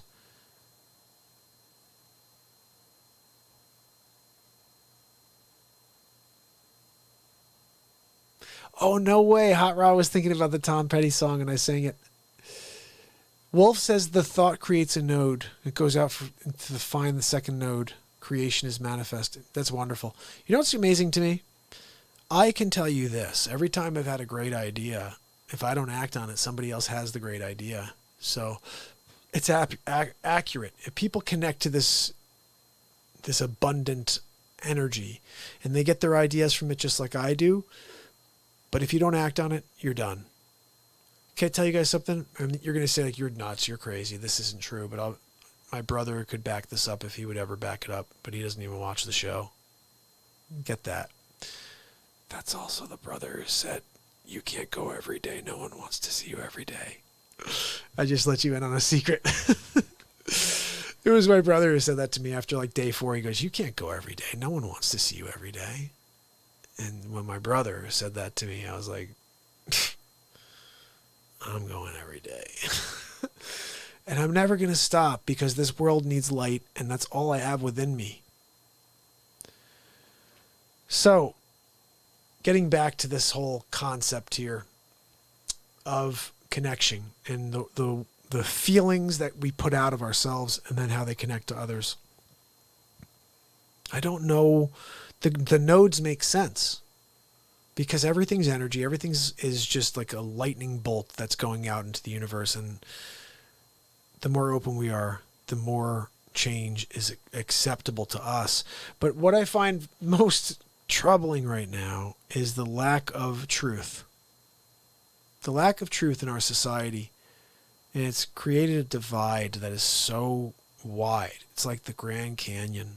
It is seriously like the Grand Canyon. You know, I'm visualizing this right now. Like we're sitting, you and I, all of us, we're sitting on one side of the Grand Canyon. And I'm looking across to the other side. And on the other side, I see sitting there on a massive sleep sofa, Joe Biden and all of his people. And he's like, look, it's Sleep Sofa Joe. We're taking a nap on this side of the Grand Canyon. What are you going to do about it? And I turn around and right behind me, I got a guy like this. He's like, we're going to build a bridge. And I'm like, yes, Trumper, he's going to build a bridge. But realistically, it's not Trumper building the bridge. I'm building the bridge. Trump will burn the bridge down. Biden already fell asleep before the bridge was even thought of. Those two guys destroy us, no matter who wins. The only way we fight for the soul of America, the soul of this world, is right here. I don't know why I believe that more than anything, but they've shut down churches. They've shut down the ability to believe anymore. Well, they can't shut us down. And I told you, if they keep trying to censor this program, just look for me at the closest freaking mountaintop. I'll be there. I'll get one of those old bugle horns. And I'll be like, ladies and gentlemen, people, women of all, children of all ages. And we're going to do Jim Carrey for him. No, I mean, but seriously, you can't shut down positivity, and they're trying. And that should tell you something. You should know who the bad guy is when you hear that they're trying to shut down positivity. That alone. Let me read a couple of these over here. Sig, would you point to something up here? Let me see. I may have missed something from Sig. I'll go back in a second and look. Wolf said, word up to Hot Rod. Wolf said, with the push of the untruth, the balance will manifest node to node. Oh. Sweet Rogue said, biblical battle lines are being drawn as we speak. You're so right. You're so right. I swear we're going to be the I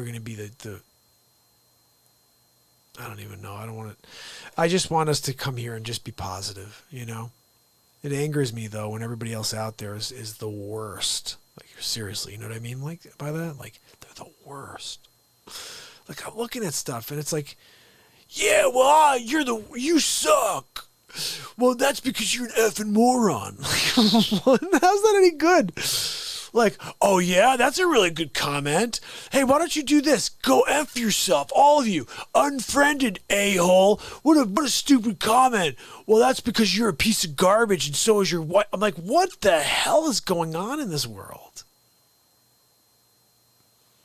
How about, I just wanted to let you know, I really don't agree with your perspective on this. And it's because you're an effing moron. No, I'm just kidding. Do I believe in heaven? That's a great question, Neil. I believe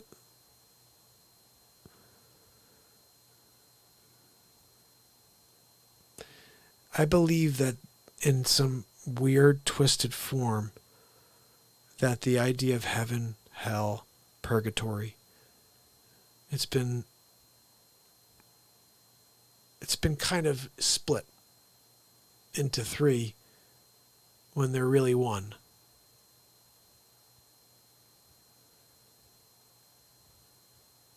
We get one life. Our conscious only knows this time. We're going to go forward someday and the energy will disperse in some way. But there won't be a memory behind it. It will be an essence. And each of us have a signature for sure. But there's no like special space out there called heaven where we go and we sit in a room together and we talk about our accomplishments. And if I had my best guess, I've already lived some of the hell,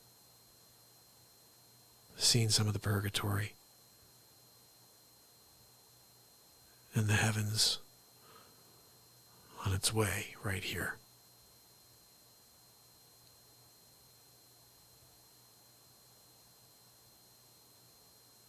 It just always struck me as strange that nobody in the history of time could tell us what happens afterwards.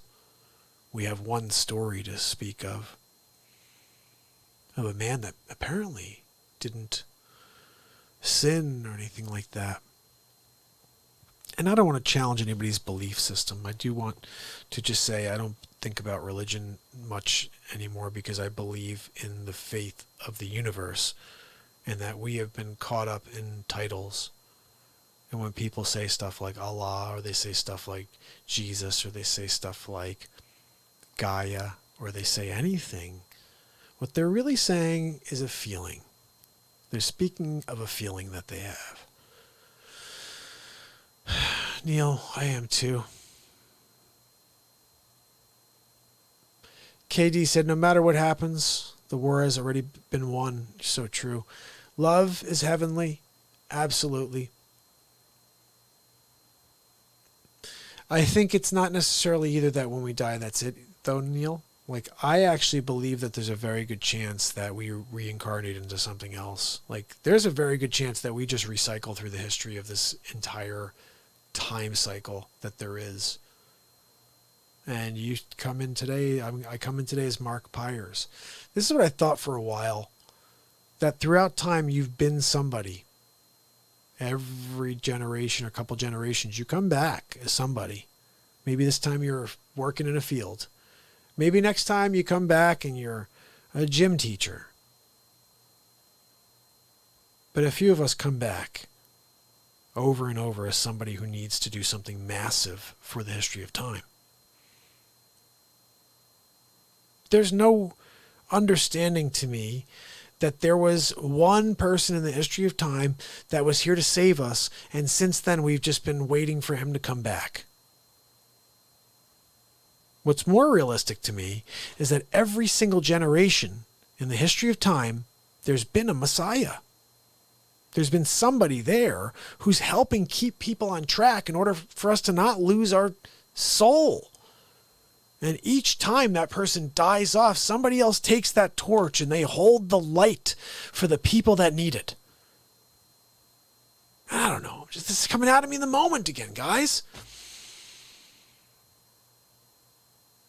Nobody ever spoke to me about this before. You just asked me a question and I'm letting the universe speak to you.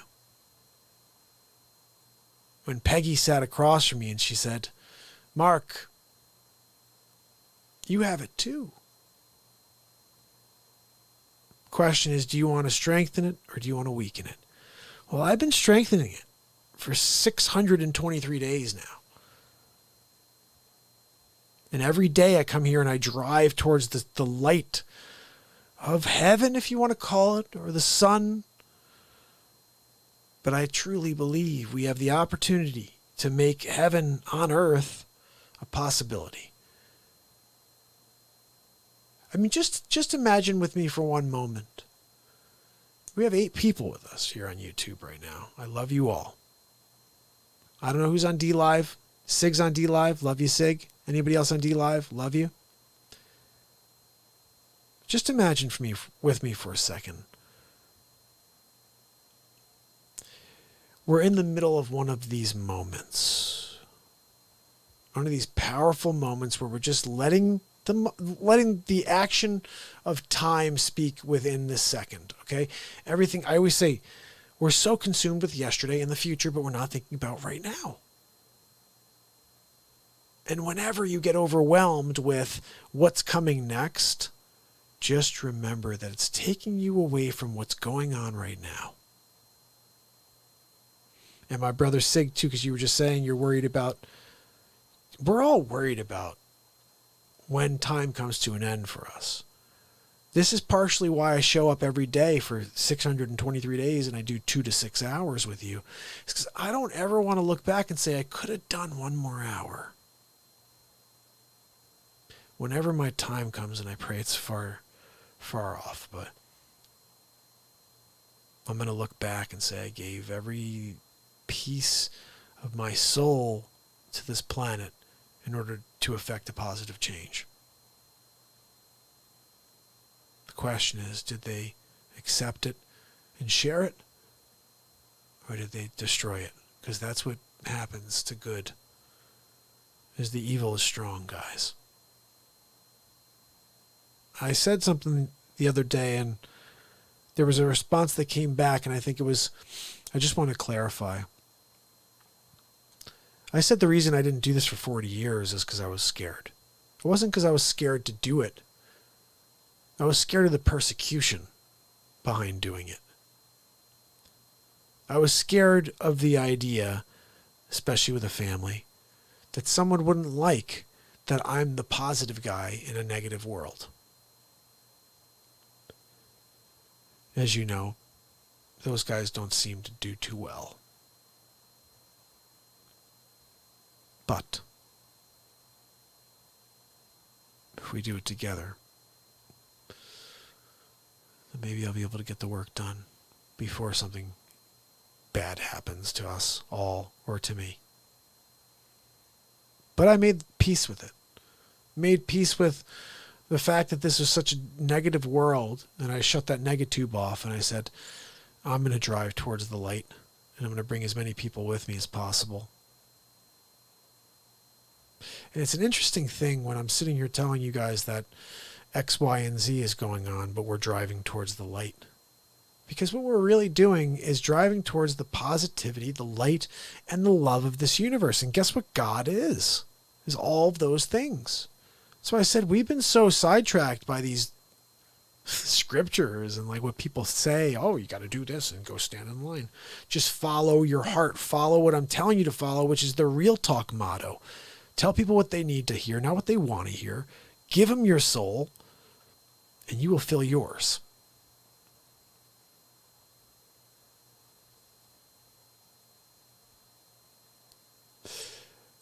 I'm going to play you guys. You guys want to see something? I think we need to laugh. You know what I love about the show? We can go from a serious moment to a laugh in like 2 seconds. But that's what we do here. You know? And the bottom line is, guys, we do it all. That's why this is a variety program. You don't know what you're going to get. But you're getting right now. This is Biden Behind Bars. And this is probably one of the funniest episodes. I want to tell you 2 things to keep your eye out for. Keep your eye out for Catherine Zeta-Jones. And for, well, you'll see the other thing. Here we go. Harold and Jameson introducing the President of the United States for episode 19 of the Donald Trump Show. Thank you. Thank you very much. Thank you for joining me on episode 19 of the Donald Trump Show. Tonight, we talk about bumbling Biden again. Did you hear about it? In Ukraine, he's now being brought up on charges. About time. Let's take a closer look. Democrat presidential candidate and former Vice President Joe Biden finds himself in more hot water this week. You know, when Sleep Sofa Joe goes in the hot water, the kids like to run their hands up and down his legs and watch the white hairs rise up and down in the water. He loves it when the kids play on his lap. He loves kids on his lap. Just confirmed, a Ukrainian court ordered Joe Biden to be formally listed in a criminal case.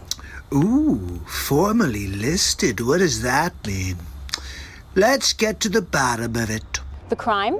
The alleged firing of Ukraine's former prosecutor general, Viktor Shokin.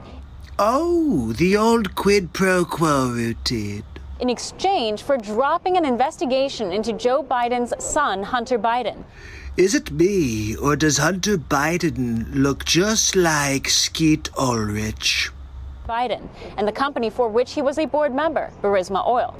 Shokin formally called for an investigation into his firing back in February of 2020.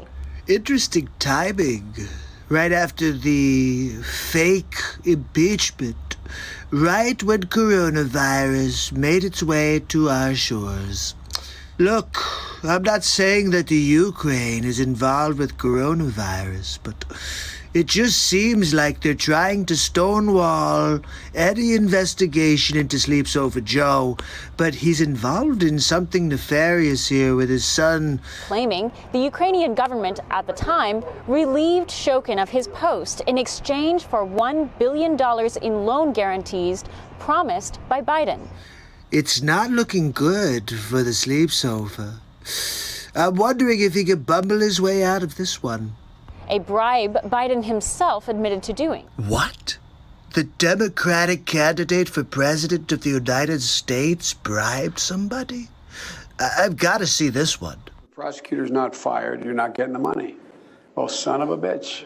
Got fired. So let me get this straight, Sleep Sofa Joe. You and your son decided to hold the Ukrainian people hostage while you had them drop an inquiry into your son, Hunter Skeet Ulrich. I think he's Skeet Ulrich. I don't think it's really Hunter. I'm just saying.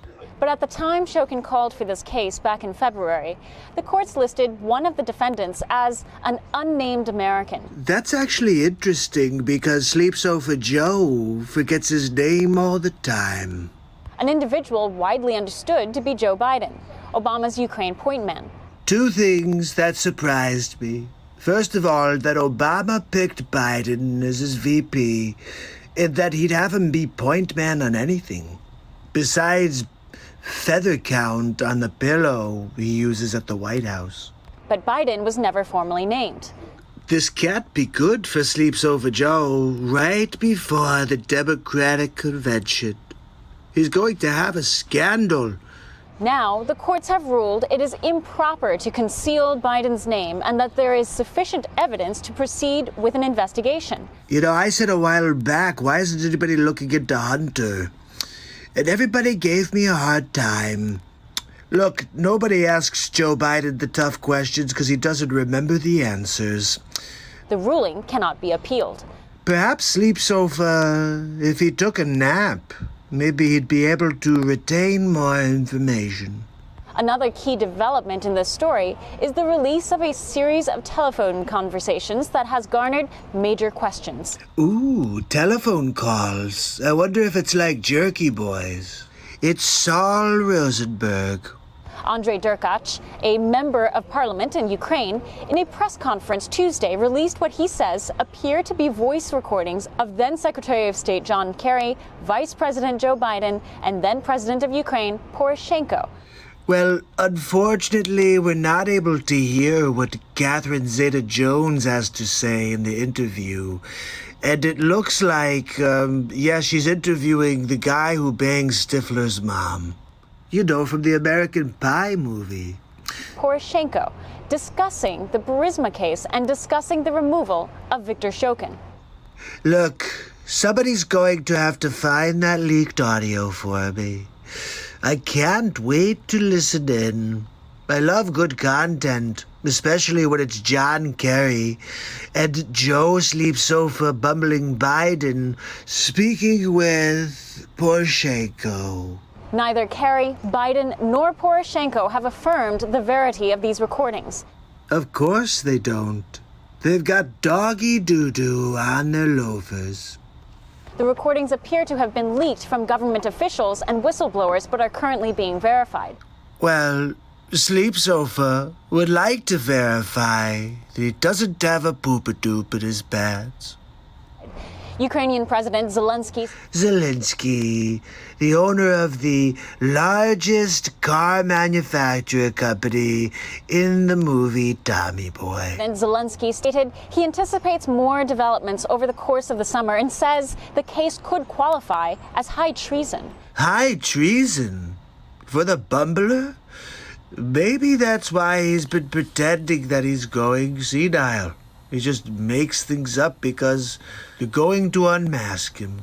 Now they have, and he can say, look, I don't freaking remember. I don't remember my name, really.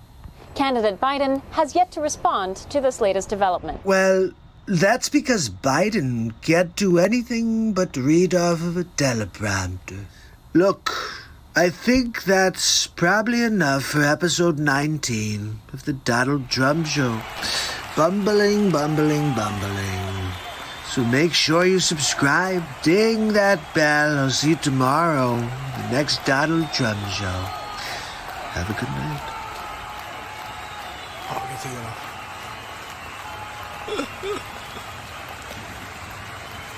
Hunter Skeet Ulrich Biden.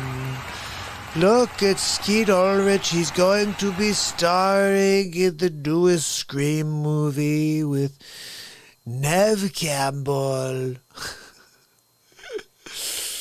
Oh, isn't that hilarious, guys? Wolf said to be aware of your thoughts. Super powerful. Be aware of your feelings. Super, super powerful. Be aware of your words. Super, super, super powerful. Be in action, never in reaction. Love that, buddy. Love the sleepy sleep sofa. Look, he takes naps on the Joey futon from time to time. Oh, guys, let's see. It is 2:40 right now on my end of the watch. So we did 3 hours and 40 minutes today. Did 6 hours, 5 tours. It's craziness. But now this number just went up to 9, which means I can't go anywhere. You know the rules, people. If you guys stay above 7, I have to keep going. No, I'm kidding. Yeah. 6 said that Israel's in a full lockdown? What the? What's going on? What's going on in Israel? Why are they in a lockdown? Oh, because it's the coronavirus? That's right, the coronavirus. Look, it's real, though. People are dying. Don't get me wrong. It's scary. I don't want it. It's scary. Why would they do that? Oh, you know what? Israel, they say, is one of the safest places to travel into because of their screening. They actually profile. They'll profile in Israel. And you know what I say to that? Good. Profile. If someone looks like they have like an evil in their eyes, you better pull them off to the side, see what the hell's going on. Oh, this guy looked like he had totally black eyes. There's the guy who played with Mark in college. But we let him through. We couldn't profile. We couldn't pull him out of the line because he looked evil. Excuse me? That's your job, is to find evil people in the line, stupid TPSCTA people. What are they called again? Look at TSA representative. Maybe if you did your job and you pulled the evil people out of the line, we wouldn't have any more crazy, stupid stuff going down. 3 weeks they cannot come out of their houses? How the hell are they going to get food? How are they going to get food, Doug? Sig, what's the story? Do you have like a link for me that you could get? I'll pop it on the screen. I would have Hammer look it up, but honestly, it's 2:45. I'm getting really tired, guys. I think I'm going to have to wrap this up in a few minutes here. But we will be back tomorrow. I'm going to try to get on earlier tomorrow. I'm not sure when, but we're going to get on a little earlier tomorrow. So when we get finished, it's not like 4 in the morning. It'll be like 1. Oh. Oh, let me see. Sig just sent this to me. Let me just open this up on Twitter real quick.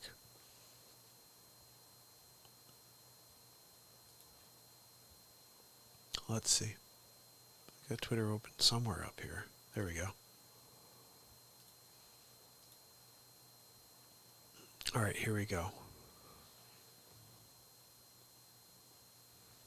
Where did that come through, Sig? Did it come through on Twitter?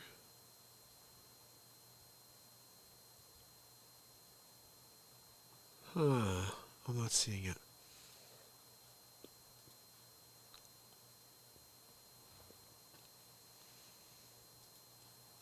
Yeah, I'm not seeing it.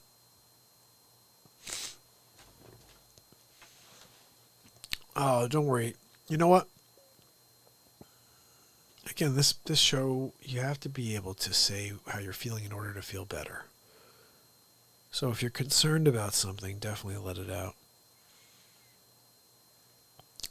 I happen to be in the camp of, I believe that the scary thing is more what we do to ourselves, not what the earth is going to do to us currently. That's going to be another bad thing, but. Oh, you sent it 4 hours ago. Let me look back. Hold on.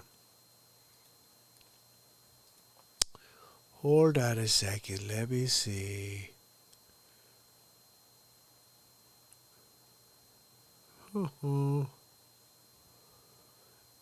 Orcas? That's not the one, is it? Huh. You know what it is? I'm not able to find it. That's all right. I'll pull it up for tomorrow. I'll tell you what, though. That's some scary stuff going on. Attacking boats. Was it before that? No, that was yesterday. Hold on. Oh, yeah, it was yesterday. Duh. That's right, guys. It's freaking 2:45 in the morning. That means anything I look at from yesterday would be considered freaking yesterday. Ooh. Is this it right here? I'd like to show you guys this because here we go. Thank you so much, Sig. You rock, brother. Here we go. Ready? Let's give this a shot. KD, you are awesome. If you have to get going, I'm looking forward to seeing you about Trinity! Trinity's on, guys! All right, hold on. I'm putting this on so you can see. Oh, it's here. Okay, good.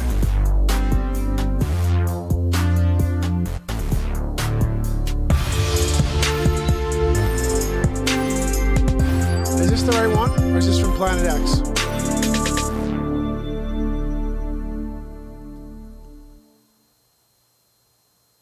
Hello, YouTube newsletter and Survivor Group subscribers. Oh, that's not the right one, though. That's Terrell. Oh, my goodness. Trinity, you're awesome. I cannot wait to check it out. As soon as I finish up, I'm going to go and check it out. You are awesome. I'm so excited. I've been listening to that all day long, by the way. There's this one part. It's just the musician in me, the guitar player in me. But there's this one part where, like, kicking on the BeatSeat and just, like, this, like, crazy guitar thing going on. And it's, like, the best part. But it's really not the best part because the best part is the actual hook. It'd just be like, Trinity, red door, blue pill, hi-ho, Kermit the Frog here.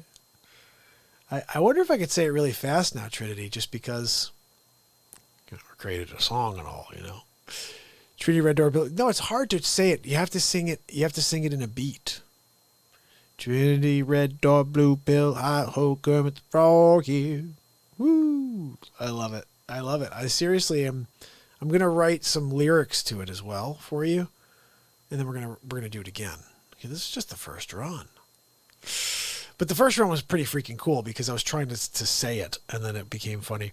I cut out a lot, if you recall. I was also doing like the Jim Carrey, trying to say it as Jim Carrey. That one was actually almost there, but it was like 2 minutes. It was like 2 minutes before the song. I was like, no one's gonna go wait through all that to get to the song, so I made it short just so we can get right to the song.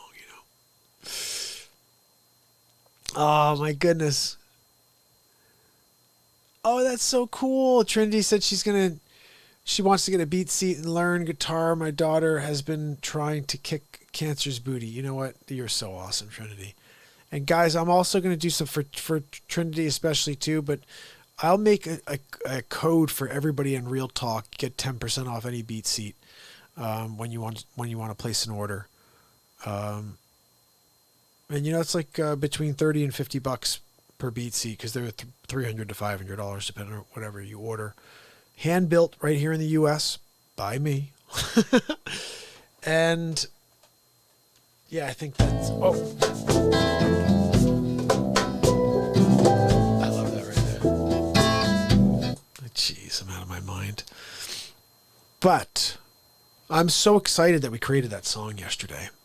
And I'd like to say that if you guys really want to try to find something. What's going on? I'm hearing something. If you guys are really looking to find something, I think we can start here, okay? And it doesn't have to be a crazy move. It really doesn't. It starts with just a conversation. Before question came, Neil asked me a question, and I just answered.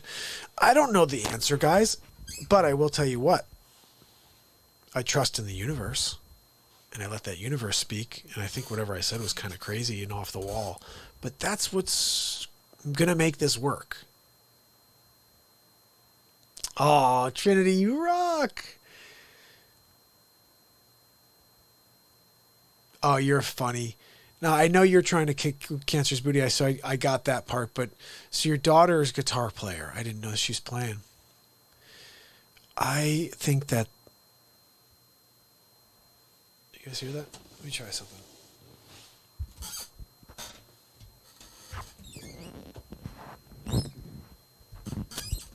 I hear like a freaking weird whining sound. It's pissing me off. But you know what? I truly believe health is part of it. Huge part of it. Exercise, huge part of it. But your mind has to be free. Your mind has to be completely clear. And that whining is pissing me the freak off. Do you guys hear that?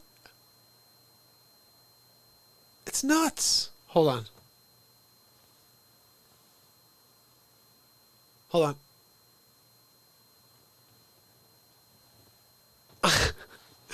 I'm trying to get the thing. Oh, Amazing Grace. You know what? Trinity, I'm going to play that for you tomorrow night. If you come on here tomorrow night, I'm going to play you Amazing Grace of like my own version of it. I'm dropping the Hallelujah from last night. Oh, it was so good. I'm going to put that out tomorrow morning. I mean, I could put it out now, but no one's going to watch it this late, right? I'll put it out in the morning.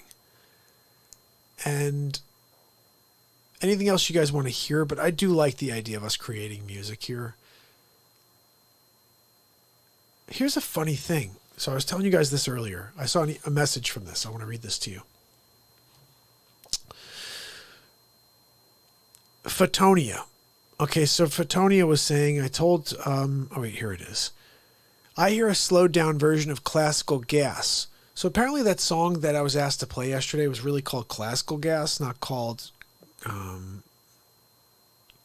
Driveway, whatever it's called. Gas in the driveway, gasoline in the driveway. Because this person said, I heard the song, that your version was a slowed down version of the actual song. Like, what? And then this is what they said.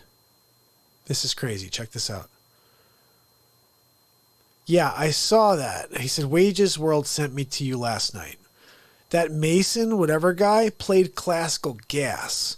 It's an awesome instrumental. He said, you are greatly connected to the Akashic record and the music of the spheres. I don't know what that is.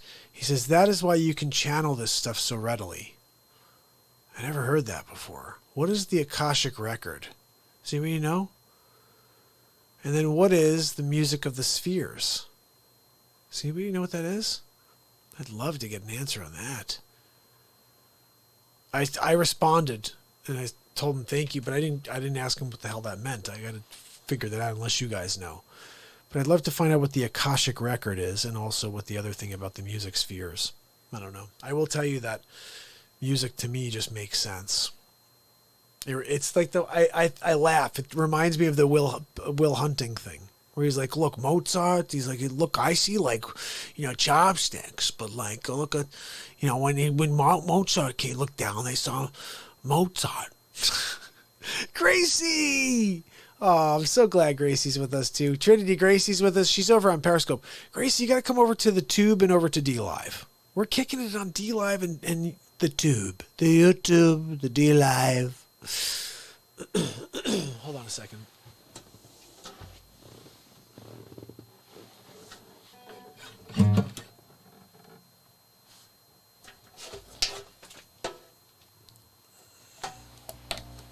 Guess no BeatSeat. Good Will Hunting. I love that movie. This is for my girl Trinity. And you are going to beat cancer. And you know how you're going to do it. You're going to generate as much positivity as possible by looking back at the 623 days that I've just been doing it for you. And I guarantee you, if you can get to the level with me on every episode, you're going to do it with that alone. It's high level, like crazy. The stuff, especially the first, like, 3... When I went from... You almost have to go back to Facebook.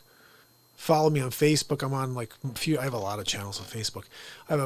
I've got a group page called We All Need a Laugh on Facebook. You guys should all join it because I drop all of this stuff every day in there. But also it's a place for you guys to pop stuff up. We All Need a Laugh on Facebook. And then there's also the MARKPIRES Real Talk Family is another group you can find on the Facebook page, but I also don't like Zuckerberg. Let's be honest. He kind of is a bit of a Zuckerberg, right? Some people call him Zuckerchooch, which is also, it's accurate, really.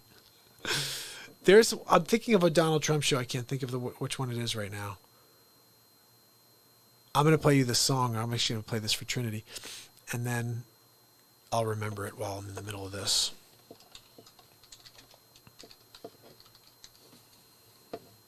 Oops.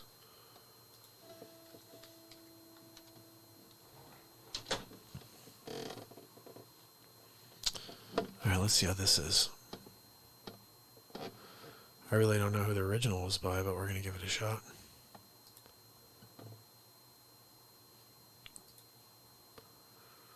Let's try the first thing that opens up here.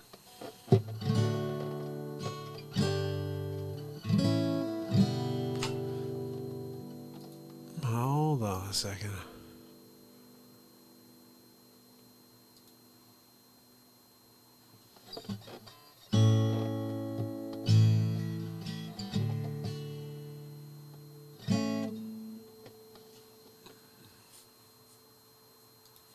That's not it.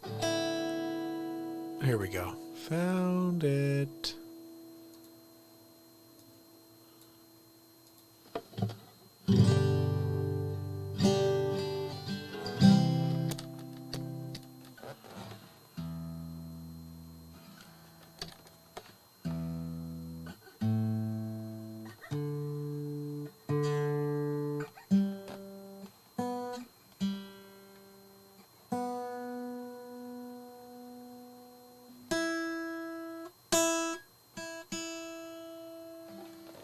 Okay, here we go.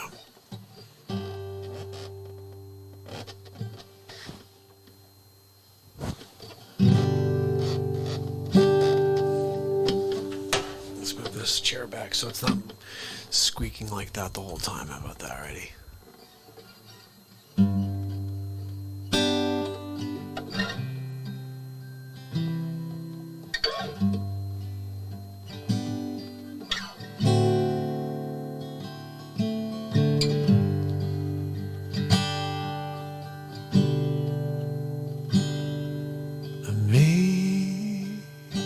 Amazing grace, how sweet the sound. Say a wretch like me.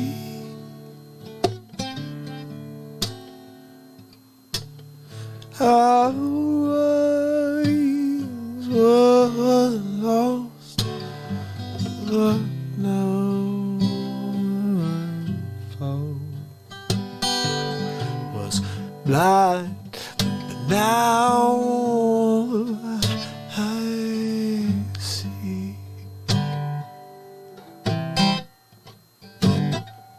'Twas grace that taught my heart to fear, to grace my fears relieve.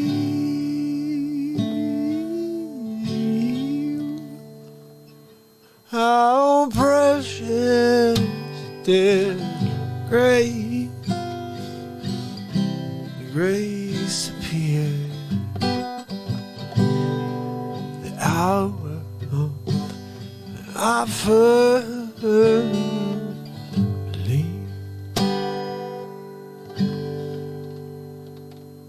Though many dangers, toils and snares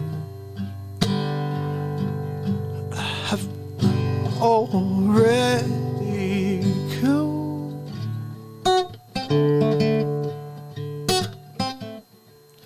'Twas grace that brought me safe thus far. Just grace that leads me home. Amazing grace, so sweet. save a wretch like me.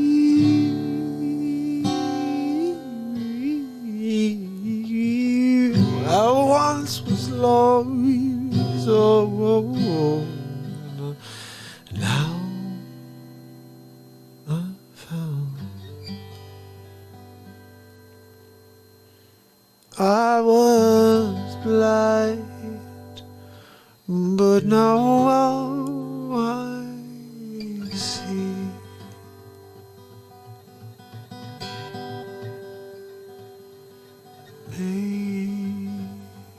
Amazing grace,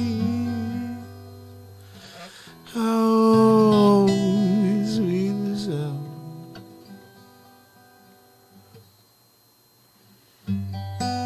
that saved a wretch like me. I once was lost, but now I'm found. I'm blind, but now I see. I was lost, but now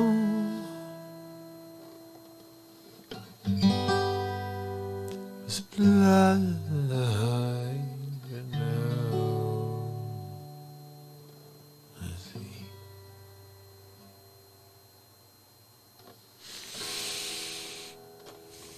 Just a little something for Trinity.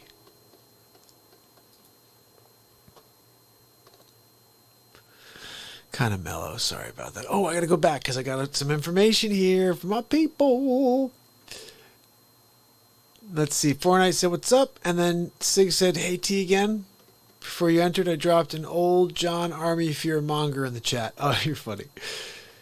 They don't know John X. That's true. I'm not sure who that is, but the Akashic records stem from the 5,000-year-old Sanskrit word Akasha, which means space. Ooh, Akashic records are the hidden library in space, the secret hall of records, which can be revealed by diving into the subconscious mind in deep state of meditation.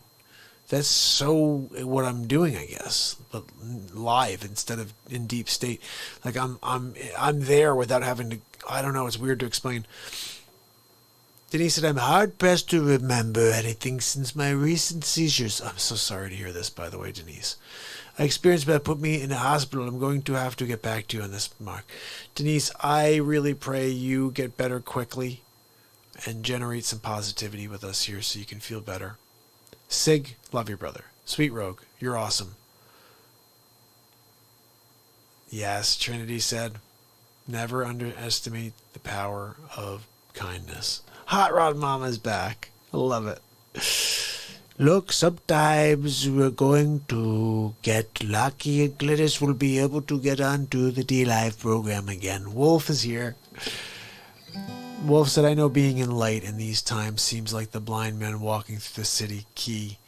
The man is still walking no matter what. Oh, I love that.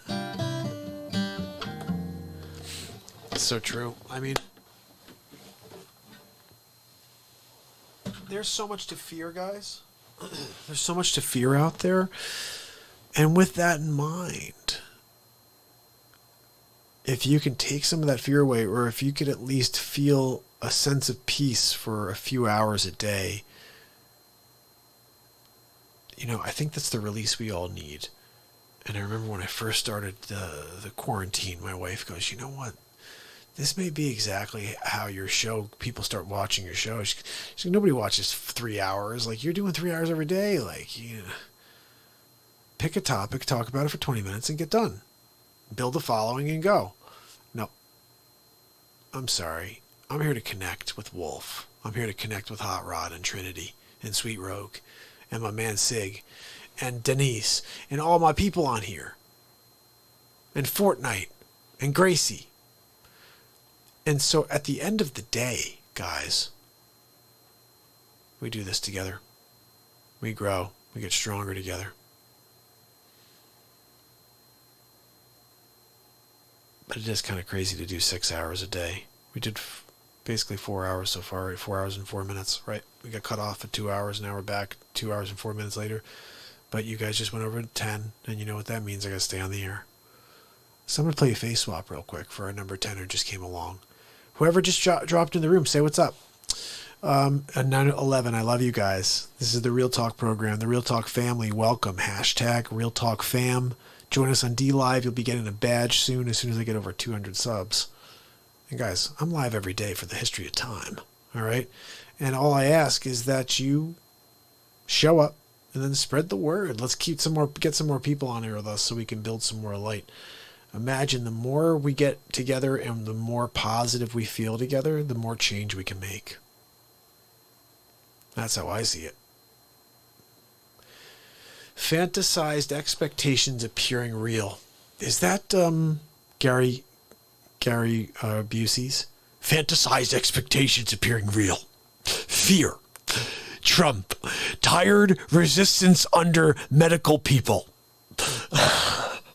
Let's do Gary Busey now. Holy cow, I never did Busey before. Tyrant.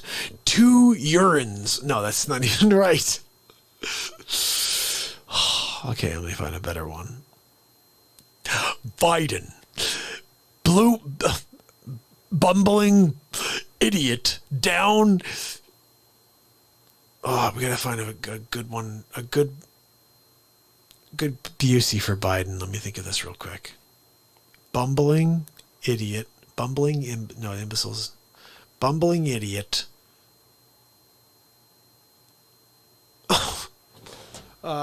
No, I almost had it. I gotta find a last word.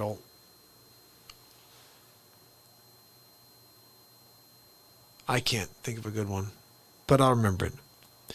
And I'll do it for you tomorrow. Maybe I'll make some Gary Busey face swaps. Imagine if I did a Gary Busey face swap.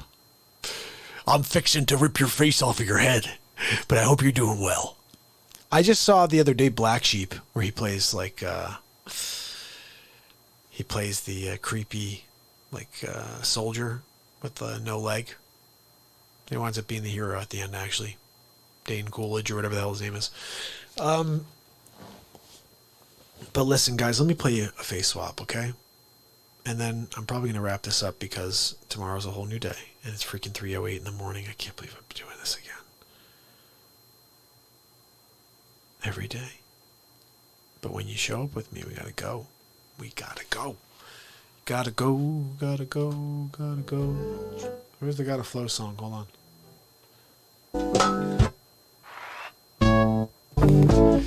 I can't believe we didn't do Gotta Flow. I don't know how I lost that one. I gotta play you guys something real quick. Check this out.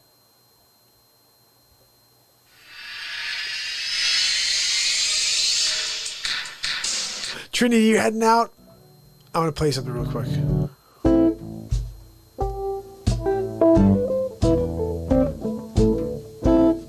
These are things I've created here.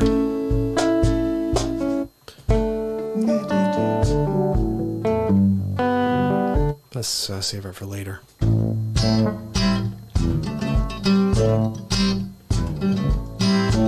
That's cool. Dick Facce, thank you. I can't believe I lost that. I had this great bit and it's gone.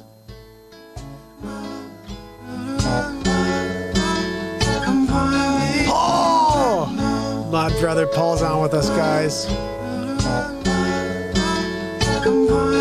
Trinity, I can't wait to check out the tribute you made to the song I created yesterday for you. Paul, you got to check this out. Go to Trinity's page and subscribe, everybody. And I got to say, oh, by the way, Trinity, before you go, hopefully you're still here. I think you already took off. But let me know if you're still here. If not, I'll send you a message on your video. I think you already took off. It's late, guys. It's freaking 3:10 in the morning, and I'm still here. Paul, this is hour 4 hours and 10 minutes in, buddy. You're very late, but you know I love you. Please stop by tomorrow, okay? We're going to be live. I'm hoping to go live earlier tomorrow. Make sure you set that notification, guys, because if I can get on at 7:30 tomorrow, I'm doing it. We're going to go on for like freaking 6 hours, but we'll be done at 1. if we do that. How cool would that be? And I'm wondering if I wish I had a chance to say something to Trinity, but I'll tell her later. So I created the song, dude. It's totally nuts. I almost want to play it for you real quick. Oh, my buddy. Paul, I'm going to actually play this for you. Check this out. Guys, don't you think Paul needs to see this? It's probably one of the funniest things in the world. I made 2 bits, but this is the Trinity Challenge, which I think is fire. Let's see. Oh, you guys are awesome. You guys got me 20 likes on this in 13 hours. That's pretty good. I mean, bottom line is we're not used to getting a ton of hits, and you guys are starting to view stuff, which makes me very happy. And it sucks because I've dropped some serious great content and nobody sees it. Like, they just sits there. But if you go back and watch every Donald Trump thing I've ever done, you will laugh at it all. It's like 400 days of it every day. I've done this every single day, these face swaps. So check this out. I'm going to play this for Paul real quick just so he sees what the hell happened. What did you miss over here? I'll show you what you missed. Here we go. No, that's not it. Hold on one second. Give me 1 moment, please. I'm just trying to find, like, a thing. You know what I mean when I say a thing? Okay, here we go. Ready?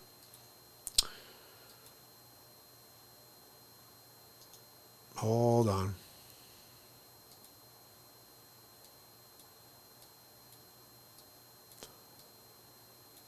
Why isn't it playing? Oh, that's because this is... Trinity wants me to say her whole name 3 times fast. Trinity Red Door Pill. Hold on, ready?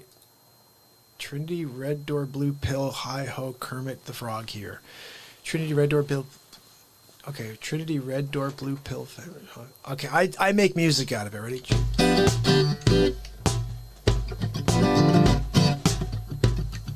Trinity, hey, hey, hey, hey. Hey, Trinity, Red Door, Blue Pill, Hi Ho, Kermit the Frog here. Trinity, Red, Blue Pill, Hi Ho, Kermit the Frog here. Said Trinity, Red Door, Blue Pill, Hi Ho, Kermit the Frog here. Trinity, Red Door, Blue Pill, Hi Ho, Kermit the Frog.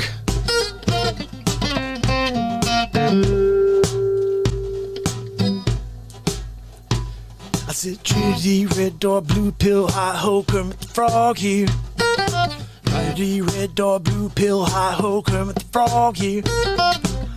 Trinity, Red Door, Blue Pill, Hi Ho, Kermit the Frog here. Trinity, Red Door, a Blue Pill, Hi Ho, Kermit the Frog here. Trinity, Red Door, Blue Pill, Hi Ho, Kermit the Frog here. Trinity, Red Door, Blue Pill, I said Hi Ho, Kermit the Frog. Trinity, Red Door, a Blue Pill, Hi Ho, a frog. I said, what up? Give me some lyrics here, Trinity. Agent says he does not want to do it for the more money. That's true. I've been doing it just to put this world together.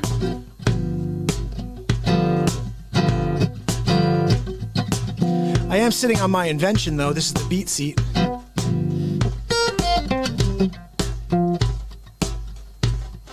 It's the first drum you can play with your feet if you're a guitar player.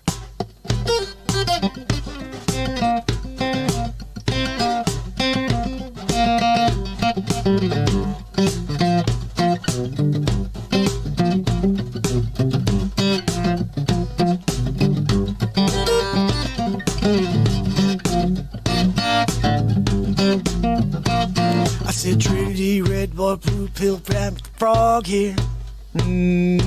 Trinity, Red Door, Blue Pill, Kermit the Frog here. I missed something in there, the hi-ho, right? Trinity, Red Door, Blue Pill, hi-ho, Kermit the Frog here. Trinity, Red Door, Blue Pill, hi-ho, Kermit the Frog here. Trinity, Red Door, Blue Pill, hi-ho, Kermit the Frog here. I said Trinity, Red Door, Blue Pill, Kermit, hi, Kermit the Frog.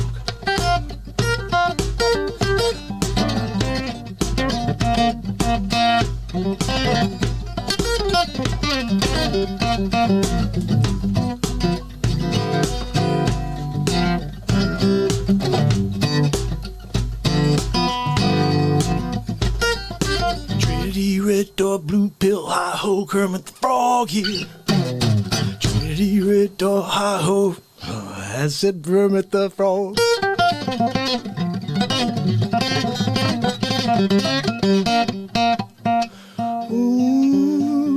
Trinity, red or blue pill, how come at the front. Yeah, I did it. I'm out of my freaking mind, but I did it. I got it done. Don't challenge the real talk show and think I will not find a way to win big league. Look, I'm here to win big league all the time. Paul gave me the slow clap. I like it, Paul. Paul, one more thing for you. We're trying to bring up the happy people, make you feel better. And sometimes that it comes in the form of ripping on the sleep sofa. Look, he's a bumbling Biden sleeping on the sleep sofa. And I think I pointed it out pretty well right here. Where is it? Oh, yeah, there it is. MC Napper. Winning big league. Very willing to let the American public judge my physical and mental my physical as well as my mental I'm going to play the other one because it gives you the full version. Because let's be honest, it's getting friggin' late, right? Bumbling beats. Here we go. Sleepy sleeps. Like, did you guys see my rap for Joe Biden yet? This is pretty funny.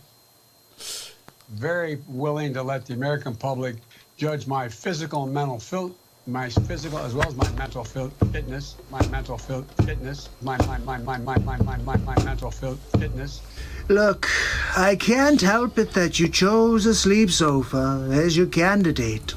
My physical as well as my mental fitness, my mental fitness, my mental. Have you heard of Joe Biden? In the basement he be hiding, waiting to come out to see his shadow.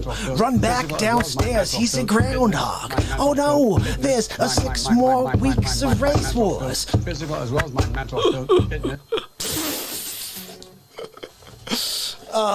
So that's going to be the rap I'm going to write over that. I think I just did it. I think that'll just be it. I'll clip it tomorrow and drop that, what we just did right there, Nita. Have you heard of Joe Biden? In the basement, he be hiding. Sleepy, sleepy, sleeps. He takes a sleep every once in a while. Right, Wolf? He's taking naps every 15 seconds. This bumbling Biden sleeper. Oh, look, everybody, it's Joey Futon. Did you see him? He took a nap. Oh, he's napping right now. Mitch Lovins, what's going on, brother? Oh, man, I'm on for 4 hours plus. I'm going to do one more thing for you, then I'm going to call it a night so I can get some rest. Tomorrow I'll be back for another 4 to 6. That's what we do every day of my life. Plus, I'll be dropping a ton of content for you tomorrow. The Hallelujah we did the other day, woo! It was winning big league, really. Let me play you one quick episode of the Donald Trump show, just so you have an idea of what you're missing. Because tomorrow we're going to play a bunch of these. Mitch Levin, you got to stop by tomorrow for this. Okay, here we go. It's Hammerlin Jameson live from the studio with the very first episode of the Donald Trump show. Ladies and gentlemen, Donald J. Trump. Look, I want to thank you for joining me on a brand new episode of the Donald Trump show. That's right. We're going to be here every week delivering truth about the Biden campaign because no one's telling you what's really going on. I'm going to pull back the curtain and you're going to see what Joe Biden is really up to. Here we go. We choose science over fiction. We choose truth over facts. Will somebody please alert Mr. Biden that truth and facts are the same thing? I think he's been watching too much fake news on CNN. Okay, what else do we have from this blubbering train wreck? My name's Joe Biden. I'm a Democratic candidate for the United States Senate. Look me over. If you like what you see, help out. If not, vote for the other Biden. Give me a look, though, okay? Now, first of all, who's the other Biden? Who is the other Biden? I'm wondering, because if it's Hunter Biden, he'll be in jail. But if there's another Biden, perhaps he can actually complete a sentence. That Biden I'd like to hear from. Okay, let's see what else we've got. Trust. Like his strange hold on Defense Secretary Ash Carter's wife, Stephanie. Sleep Sofa Joe has been doing this for years. He's a creeper. And we're going to put a stop to him. I like the way your hair smells. Let me give you a little kiss here. And can you believe? Look at how he's touching that little girl. Honestly, I'm a little worried about that little girl. Sleep Sofa Joe has been doing all kinds of racist things for years. I'm just going to show you a few of the clips. Take a look at this one, for example. You cannot go to a 7-Eleven or a Dunkin' Donuts unless you have a slight Indian accent. I'm not joking. Look, I'm surprised you guys are fine with hearing Joe Biden say you need an Indian accent in order to go to Dunkin' Donuts. Yeah, I've been to Dunkin' Donuts many times. I don't have an Indian accent. But let's continue on. I have a lot more to play for you. Now check out this clip, for example. Poor kids are just as bright and just as talented as white kids. Racist Joe strikes again. Poor kids are just as talented and bright as white kids? What does that even mean? This is getting good, guys. What's next? Play the radio. Make sure make sure you have the record player on at night.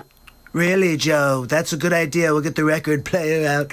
How about we go and actually light a fire and we do smoke signals? How about that? What do we have next from Sleep Sofa Joe? Think about it. We hold these truths to be self-evident. All men and women created by you know the thing. The question is, do you know the thing, Joe? Do you know the thing, Sleep Sofa Joe? The thing, Joe, is that we are all created equal. That's right. God is the creator of all, not Satan and your adrenochrome. Okay, let's get one more at least. How about one more? I'm not going to be a mule. I got something to do. I got to go do boom, boom, boom. Did Sleep Sofa Joe just say he has to go do a poop-a-doop? I think he said it right in front of his crowd. I would never say that right in front of my crowd. If I'm going to take a poop-a-doop, I'm doing it on my own time, not in front of people. I don't know. It's a little weird there. Look, let's give him a chance to redeem himself. One more, okay? You got more questions, but I tell you, if you have a problem figuring out whether you're for me or Trump, then you ain't black. Wow. Really? Look, I'm not sure what else to say after watching that ridiculousness. But that's Sleep Sofa Joe. Are you going to vote for that guy? How about you? Look, if that's the case, this world's crazy. It's the freaking Sleep Sofa, guys. I mean, seriously, did you see him? He's like a freaking Sleep Sofa. I'm gonna take a poop-a-doop. Like, really? I gotta go boom, boom, boom. You gotta go boom, boom, boom in your boom, boom, boom. Did you see that? It's crazy. I think I gotta play one more for you. I'm gonna play one more for you guys, okay? But I said thank you very much, everybody who donated tonight. Thank you very much. I appreciate it. 4 hours and 20 minutes in, somewhere around there. That's a good number. Yeah, 4 hours and 23 minutes. And I'm going to play you guys episode 11, which is the G-Hole episode. Look, he's just a G-Hole. Is Paul? Paul, are you still with us? Because I know you really like this episode. And for tonight, this is probably going to be your favorite episode now. And let's see, does anybody else like President G-Hole? Uh-oh. Fortnite says, Mom said, I cannot watch me. Why? Why not? This is the Positivity Channel. What doesn't she like? The G-Hole? Does she not like President Trump? Does your mother not know I have not sworn on this show since I started? We don't swear. We don't curse. We don't do any of that stuff, really. Psych. I love it. Okay, so this is episode 11. Ooh. We'll do like Saving Private Ryan on Hot Rod when the DLive gets to 200 Hot Rod. Oh, subscribers will tell us. Hot Rod will tell us. I don't know who that is. Oh, Hot Rod's going to tell us when we get up to 200 subscribers. Hot Rod Mama, you rock. Fortnite, so check this out. Look, this is probably one of the funniest episodes in the history of time. The reason is because President G-Hole, He's a G-hole, really. Here we go. Harold and Jameson live from the studio. Donald J. Trump joins us to talk about President Xi. Good afternoon, and thank you for joining me on the next episode of the Donald Trump Show. I believe this is episode 11. Unbelievable. I think this episode has to be about President G-hole. Look, I got a problem with the G-hole. He's out there delivering Fluhan all over the world. Everybody's blaming Trump. But the only person to blame is President G-hole. But no matter what I say, they don't believe me. It's a weird world we're living in right now. It's either Trump or not Trump. Nobody's talking about the issues. What does Trump think about abortion? What does Biden think about? Well, let's be honest, Biden doesn't think about anything. But if he was to think about something, what would it be? Maybe, did I put underwear on this morning? Did I change my pants? Did I poop my pants? I don't know, these are maybe questions that Sleep Sofa Joe asks himself. But look, let's see if we have any clips for today. Do we have anything? Here we go. 世界卫生组织总干事先生 You guys couldn't get the subtitled version? I mean, what the hell? Where's my translator? God almighty. Alright, I guess I'm going to have to respond and pretend I know what the hell he's talking about. Let's get back to it. 各位代表 Good day to you too, Giol. 首先 Yeah, Shawshank Redemption was a good movie, but what does that have to do with anything? 我认为 No, that's close. It's Dufresne. Andy Dufresne. I think he's trying to say the character's name from Shawshank. 在人类抗击新冠肺炎疫情的关键时刻 I'm not really sure who Kwame Shakur is. It may be Tupac's son. 突发事件 Oh, it is. Well, I have one question for you, G-hole. Why didn't you tell me? Why didn't you tell the world what was going on? We could have done something about it. You know we call you a G-hole, right? 举行这次市委大会 Look, you brought it upon yourself. I can't control your actions, G. We only come up with nicknames for people based on their actions, and you've been a G-hole, I'm sorry. 具有 You should be, Gio. 十分重要的意义 All right, look, I can't do this anymore. I can't understand him. 人类正在经历第二次世界大战结束以来 I'm not sure I appreciate your tone. 全球 What did you say to me? 新冠肺炎疫情突如其来 Okay, look, I need a translator. I can't freaking do this without a translator. I just can't. I don't know what the hell he's talking about. He keeps saying things. It sounds like he's insulting the Trumper. 最严重的 See? That's exactly what he's doing. He just said it, Ziyunda. 公共卫生 He said invasion. They invaded us with coronavirus. 现在已经波及 I'll tell you what, G-hole, if you ever speak to me like that again, I'm gonna trump you right in the face. Anyway, look, that's about enough for today's episode of the Donald Trump Show. Remember that President G is now President G-hole. Sleep Sofa Joe is probably taking a nap right now. And I'll see you tomorrow on the next Donald Trump Show. Have a good night.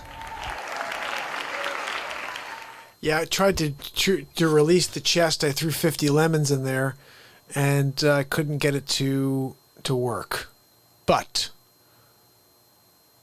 I'll try again in a moment before we get going. And tomorrow we'll be back. So regardless, it looks like there's like 65 lemons. It's pretty solid. And well, it wasn't a lot, but I threw 50 in there just to make sure we had a nice little pot for everybody to roll in. And that's thanks to Sig, thanks to Hot Rod. Sig, of course, always supporting the show from all angles. We love you, brother. And also, don't think I didn't notice you, buddy, while I'm here playing, doing my thing, that he was